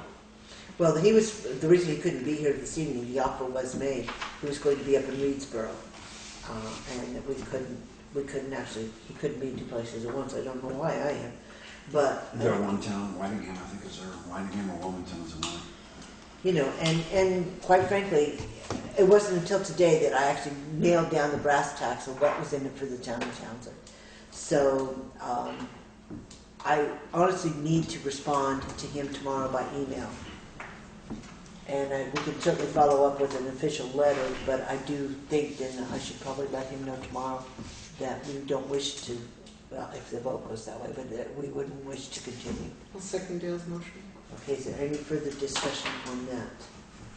Hearing none, all those in favor of discontinuing the exploration with Vermont Telecommunication Authority for the cellular resiliency project, signify by saying aye. Opposed? Abstentions? Motion passes. So I will take care of that, and then we'll follow up, Craig, you and I, with a letter. Mm-hmm. Yeah, okay. Town Hall roof assessment repair. You all got a copy of the email? Kathy? Could I ask you for a 1-minute break? Sure. You got to change, huh? I'm going to change Go. You got it. Well, my thing. Yeah, we limited. No, that's fine. And you did say that. You changed. Yeah. I was going The to say. change has been made. I can give that to Anita in the morning. Okay, Post it. He made And I'll it. give a copy to Leland and Gray as well, and to Deputy Brothers. And that Must have it all. once we find out whether or not we have signs, then begin to explore as well what's going on with the parking passes. I can't see that. Oh, the tickets. We'll need to explore how we have to post it and what kind of tickets we want. But I think first we need to get this ordinance signed so it's enforceable, and then we'll figure out exactly where to go from there. Okay, I actually skipped something, so we're going to back up a step. Open meeting law, the select board email policy. I just would like to note that there's been a lot going on recently, and we've tried to keep communication going on between all of us. I would request that from here forward, if you have information that you wish to disseminate to the board, and we'll all be doing it this way, let's send it to Craig and let him send it out rather than using the select board link. That way, if we have that particular, an issue that everybody needs the information on, if we just send it straight to Craig, then he'll get it to all of us. And that takes out any possible confusion for the public that there's private conversations going on. Okay. And then I have to fess up, and Kyle and Dale and I are guilty of An illegal meeting? an illegal meeting, because we discussed what Dale Davis's email address was so Kyle could attend the next fire committee meeting. So the three of us had a communication, and we're fessing up that it was an illegal meeting, so we'd like to ratify the fact that we managed to get Kyle the email address that he needed so that he could attend the meeting. However, because it wasn't warned, that email address is null and void. Okay. And if I'm gone in September, let's wait this out. So anyway, town hall roof assessment and repair. We saw Carol's email. No, Dale's. Whose email was it? I sent an email It to, was Dale. I'll make this go on the record. Okay. I sent an email to the select board email that I run into Mike Cutts at a fire call, technically, because we're both on the fire department. And obviously in the email, he informed me that he was doing some work in town on some other buildings, and that he had hired a man lift and has the insurance for that man lift, and was wondering if the town was in the process of thinking of finishing or doing some work. He kind of told me that he'd done some work and there were some areas on the town hall that he couldn't reach with his ladders when he was doing the work. I assumed it was a few years ago. And that he would be in town on Tuesday with a man lift, and then he was going to have it for basically a week or so, and he was going to be doing some work on some other structures. And that he was thinking that, you know, if we wanted to get some of the pieces that he wasn't able to get done, and more instance the steeple, because there were some pieces off in that, I believe, and get that taken care of, that he kind of said that, you know, it would be a lot cheaper while he's got the lift here. And that he kind of, I asked him, I said, how much work would you have? And he said he thought of what was there was not even more than a day, if that. All he was saying that he would charge us the labor, materials, and a portion of the lift cost. And I said, well, how much is that? I said, is it roughly $1,000? And he said, well, that'd be the way high end of that. So, I know the lifts rent for more than that. So I'm thinking if there was some work that I didn't know the history of what the roof and what work was done and what wasn't done. And I didn't really go into the thing. And I told him, well, hey, we got a meeting Monday night. I'll send out the information and see what everyone else thinks, because I don't like to speak. I do not speak for the board on my own. And I just brought he said he's going to be in town with it. So he wanted me to say, hey, you know, we kill a couple birds with one stone. And it's on the agenda. So I asked, and Carol asked for it. I sent out the email. Carol asked for it to be able to do it. Yeah. I like the idea of fixing things before they break, because it's usually a lot cheaper to get ahead of it than it is to wait until it is a disaster. And I don't know what's broken up there. I have never looked at our roof to know if it's in any risk of causing leakage and mildew and all sorts of other problems that could go on. And so to my mind, if we could get a deal to get ahead of the disaster when we end up having to pay top dollar, and I just think that it makes sense to keep and repair what we have as opposed to letting it get to where it's disaster. On the negative side, I think, isn't there a policy in place that we have to put things out for bid? And in order to benefit from this offer, we don't have time to do that. That's in excess of $5,000. So we're talking, okay, so we're talking 1,000, so we really are exempt from that. But the point has been made that there's a number of other repairs. Well, he's estimating that it was under $1,000, isn't it? Pretty much, you'd say. Including the work? That was including everything he was thinking. But, I don't have nothing in writing and anything like that. It kind of bothers me a little bit. But, and the thing is I didn't know what was wrong. I know I've walked out here this last spring around the building and then found pieces of slate. Full pieces of slate. So obviously there's some slate missing off the roof. And I always consider a slate roof is like your lawn. You have to mow it. You have to. It lasts forever, but you gotta maintain it. You know, it's like weeding the garden. But I mean, it'd been nice. I was gonna try to get a hold of him. I just hadn't had time. I know he wouldn't be home during the day, so I was trying to maybe have him here at the meeting tonight. But So is there any further discussion on it? I'm gonna refer right back to the issue we talked about in the previous item, and the fact that if he's coming in with a lift, I want some kind of guarantee that there's not going to be damage to the sidewalk. I really don't want to do this again. When they brought in the lift to paint, there were serious ramifications for the town. And the one thing which is why I asked Kurt earlier about the access from the back, is the fact that potentially he could come in, but needless to say, if it's going to be tomorrow, that's not going to do any good because you can't get in the back. So that's kind of a moot point. But I'm a little bit concerned about the sidewalk. I'm a little bit concerned with the fact that it has not been budgeted, and there are numerous projects in this town hall that have been begun and not finished. The most pressing thing that I think, well, Tiz Garfield has even mentioned it, that needs to be addressed is the leaky porch roof out front before we lose the entire front balcony. And I really would like to make sure that we prioritize. Yes, it's nice to be able to get a deal, but I think there are much more pressing issues that need to be addressed at this point in time. One of which is finishing the heating system before the town clerk freezes to death.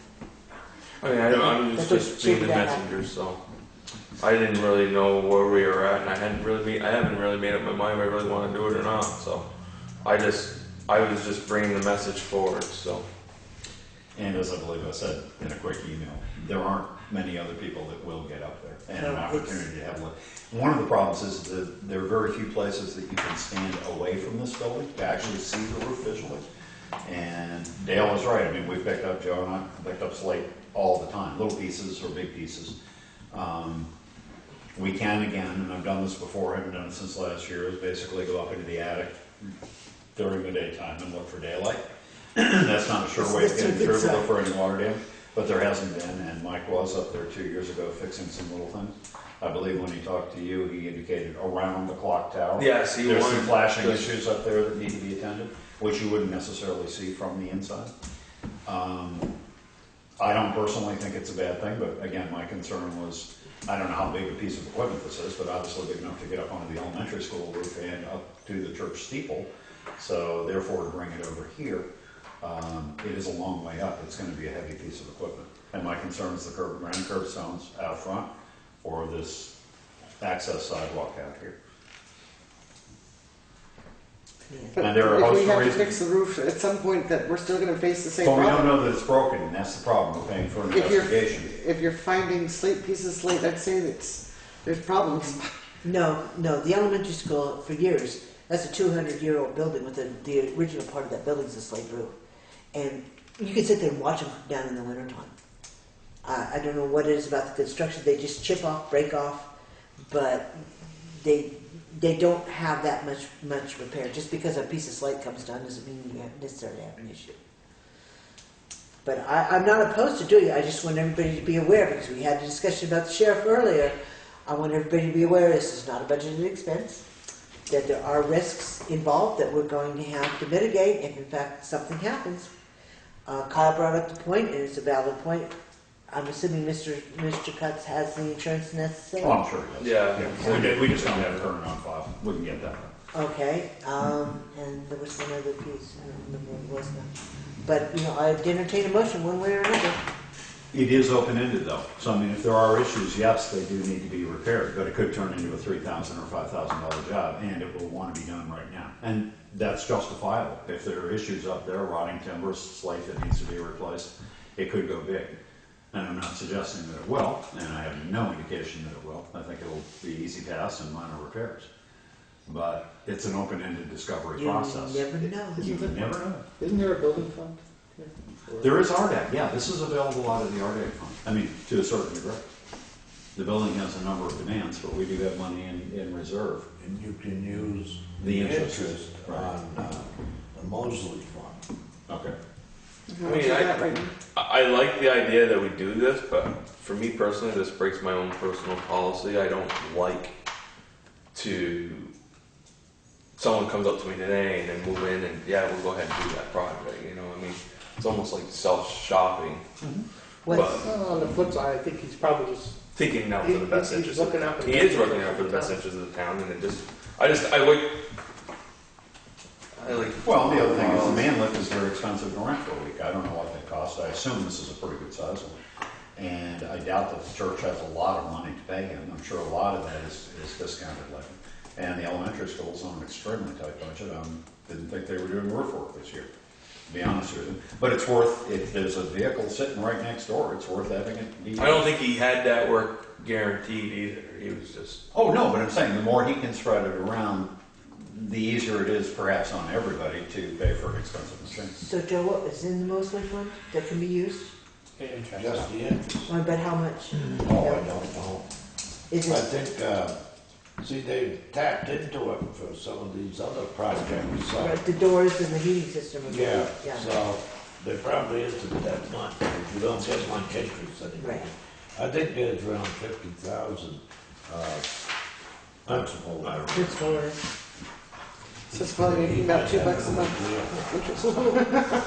what were you saying? I believe there are actually two. Oh, this is 30 June 2014. I think we did the transfer after that, but there's at least 50 in there. That's available for use, or that's I available? see. That's what I don't have. Right, I've got a breakdown. I've got a breakdown of what the bank amounts are at River Valley. That one is. Yeah, but I think But you're not that's a gonna know if you CD. pull it up because the bottom. I'd have to look that one up. So it'll take the. Because the RDAG money market, which we took out I from think the it's awards, getting wasn't like 60 or years 70. It's not the little one, Right. to pay for the fire. accordion style, I think it's. I think that. money It is the market big account iron is one. what we can borrow off It's a of. man lift. I think the Mosley fund is the fixed CD. It is. Okay, then, yeah, so we basically have 32 remaining in that money market account that we can spend on the building. 32,000? Right. Do we have any prices on heating and what was the other project you We said? do not Well, have not prices to, on not to heating. finish the heating system, or what was the other one I meant? I don't remember now. Parking lot, you've got remodeling, you've got any number of issues there. There was the one I just mentioned. The balcony? Falcon. No, that's, That's major. That is a major. That should major be, repair. that should be our goal to get done by 10. Because well, that's an inquiry to find out how serious it is, That's right? right. But you have, if you rent out the upstairs, this time of year, people want to open those doors and go out, and it is not, But you can't anyways, you gotta have a fence up. well, the railing isn't high enough, it doesn't meet code right now, so basically you have to bar people from going out there, but I wouldn't want to put a wedding party of 30 people on that Oh, God. deck right there, right now. You know, so again, there's other issues that have been postponed that need to be looked at. But there again, it's really up to this board. The opportunity is here right now. Is this something that we wish to explore? The problem is, well, I don't know anything about slate roofs and never lived with one, so your point about pieces falling off doesn't mean anything. I know if the shingles fall off my house, I got a problem, and it's better to get ahead of it before it starts leaking in the roof. So my feeling is we have a chance of a really good deal on a heavy piece of equipment that if we went out, because it is leaking, and we had to hire him out to go get that piece of equipment, bring it just for us, it would cost 3 times for the exact same work we could get right now. And I'm throwing numbers around wildly without any knowledge whatsoever, I grab it. But you know, when it is a crisis, you end up paying through the nose, and it just seems to me, if we could have it in from some source within our budget, and the estimate is $1,000. If he finds something really horrendous, we still will be better off knowing now instead of waiting until its roof falls in or starts leaking. well, if you don't put the roof on a building, you might as well forget about the Right. building. Exactly. The roof is the key, is just like the foundation. Well, just the one question, and Kyle just kind of, when you all were talking, just mentioned the fact, is there some way that we can have some oversight as they bring this piece of equipment onto the property? Not to exceed. Not to exceed Not to what? exceed the cost of. Oh, no, I'm not talking about the equipment. I'm talking about the weight of the equipment and the damage. Is there He wants some way- to, someone needs to work with Mike and tell him not to go across. Well, and I suggested that also. You're gonna need somebody capable of, or capable, you're gonna need somebody on premises to make decisions in real time. That may be a 3 or 4 hour window, but if he finds something, he's gonna want authority to go ahead and actually do something in that sense. That having been said, yeah, you can armor the sidewalk. You can put down plywood to drive on, or 2x10s or something else. I mean, I'm sure this is a rubber track vehicle, so that can be mitigated to some degree. Again, I don't know how big the machine, I don't know what it looks like. But there are ways to spread the weight, so to speak. I will make a motion that we authorize Michael Cutts to do the repairs. I Minimal think what his repairs, plan is to be, go ahead, finish your motion and then, with minimal repairs to the roof that he identified by eyesight, and if it's anything greater that he discuss it with Craig, who will discuss it with Kathy, who will probably throw it out for the rest of the board. And I don't know. We'll have an illegal meeting. I think his plan, God knows. his plan was to try to tackle some of that stuff that he didn't get to. Right, but I don't know what that stuff is. My guess would be to not my guess, my suggestion would be to authorize him to investigate the conditions of the roof and attend to anything he can up to a certain amount of money, and beyond that, To bring it forward. All right, I like to that. bring it forward ASAP, and we'll. That's my motion. Write down what you just said. Because I know he's always trying to Possibly save his somebody money, you so. or Kurt could be human beings to lift up over the sidewalk, just He might not even do that. He could use our access to come up the backside and then drive down the front here and then park out in the lawn and then aim It up. depends what it is. Some of those, there's certain grades you cannot run those on. Yeah, but I They're think it's, limited. I've used them before. That's pretty. You want to keep the boom down when you drive in. I know he's getting it from Browns and I've driven every one of them, so. And I've voted them and offloaded them, so. You forgot what you said, didn't you? No, you Oh. don't want to make it too much. Is there a second to the motion that we don't know? what Do it we is? have and I lost the number. 1,000? We didn't come up with a number, do we? Is that what we want? Is 1,000? I'd say 1,500 just to give some leeway. Do I hear No. I wasn't gonna give more than 1,000. Well, here's, Not to exceed $1,500. And knowing Mike, he's gonna look out for our best interests, I know it's. Yeah, I would think he'd have greatest access to any planks or anything else. We have no access to that. There's nobody else up there, and when you try to put ladders up there, We it's don't have it. 30 years ago. Which is back to my whole point with the BTA, is like, oh, really? We're gonna let them fun around on our slate roof? They'll hire it out. Yeah, they've contracted out. At least Mike, he's a taxpayer, he knows. Do we have a second for that? I know I asked. Did anybody second? Okay. Any further discussion? Motion to authorize Michael Cutts to investigate roof conditions and undertake repairs not to exceed $1,500. Okay. All those in favor of approving the motion as read, signify by saying aye. Aye. Opposed? Abstentions? Motion passes. Okay, I will try to contact, but if anybody else does, for a certificate of insurance liability, and I want to. Imagine we wouldn't see him until the end of the week anyways, 'cause I think he We're was. gonna give him a call, probably I not thought it was coming tonight, tomorrow. and investigate what the exact time is, and I'll let you guys know, just so you know that he'll be Is here it- at 10 is it o'clock not on tomorrow? Thursday or something. What? Yeah, What I is thought- tomorrow? I thought He starts he has other Oh, work okay. to do first, so.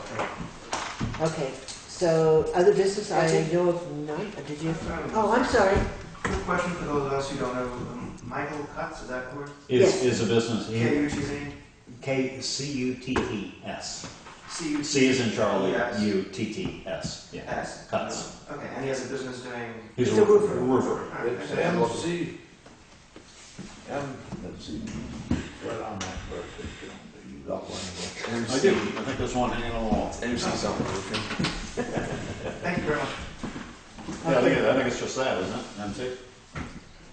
Is there any other business for executive session? There's none that I'm aware of. Right, note the meeting schedule. MEC roofing. MEC. MEC review. Great, thank you very much. Can I just add to the meeting schedule that we have a BCA meeting at 5:30 on September 2nd? I don't know what you noticed about, I just got the notice and it says 6 o'clock, but we start at 5:30 with the BCA tax appeal. I don't remember. It's not a tax appeal. Well, it is a tax appeal. It's the next step in the grievance process. That's BCA here? Yeah. Executive session, none, is that? None that I'm aware of. And then, again, Ancient Roads is coming Saturday. Yep. And we- And just a reminder, those roads are going to be Maggie Ladd, Sam Farr, and Stiles Brook. We're meeting here first. though, Meeting right? here at 10. Right. I'll clean out my truck so people can ride with me if they want. I've got multiple copies of things up the yin yang. The next regular meeting is September 2nd, starting at 5:30 with the BCA meeting and the 6 o'clock the select board. And then we have a site visit again on September 6th for Ancient Roads. And I'm not sure where that is yet. But Plus a meeting tomorrow, plus a meeting Wednesday. that's you and I, that's not them. Okay, any other information, any other? Motion to adjourn? That's a word. Second. We're done by You're this. so enthusiastic with that one. Where else in Bermuda? You're out of there, weren't you, Kyle?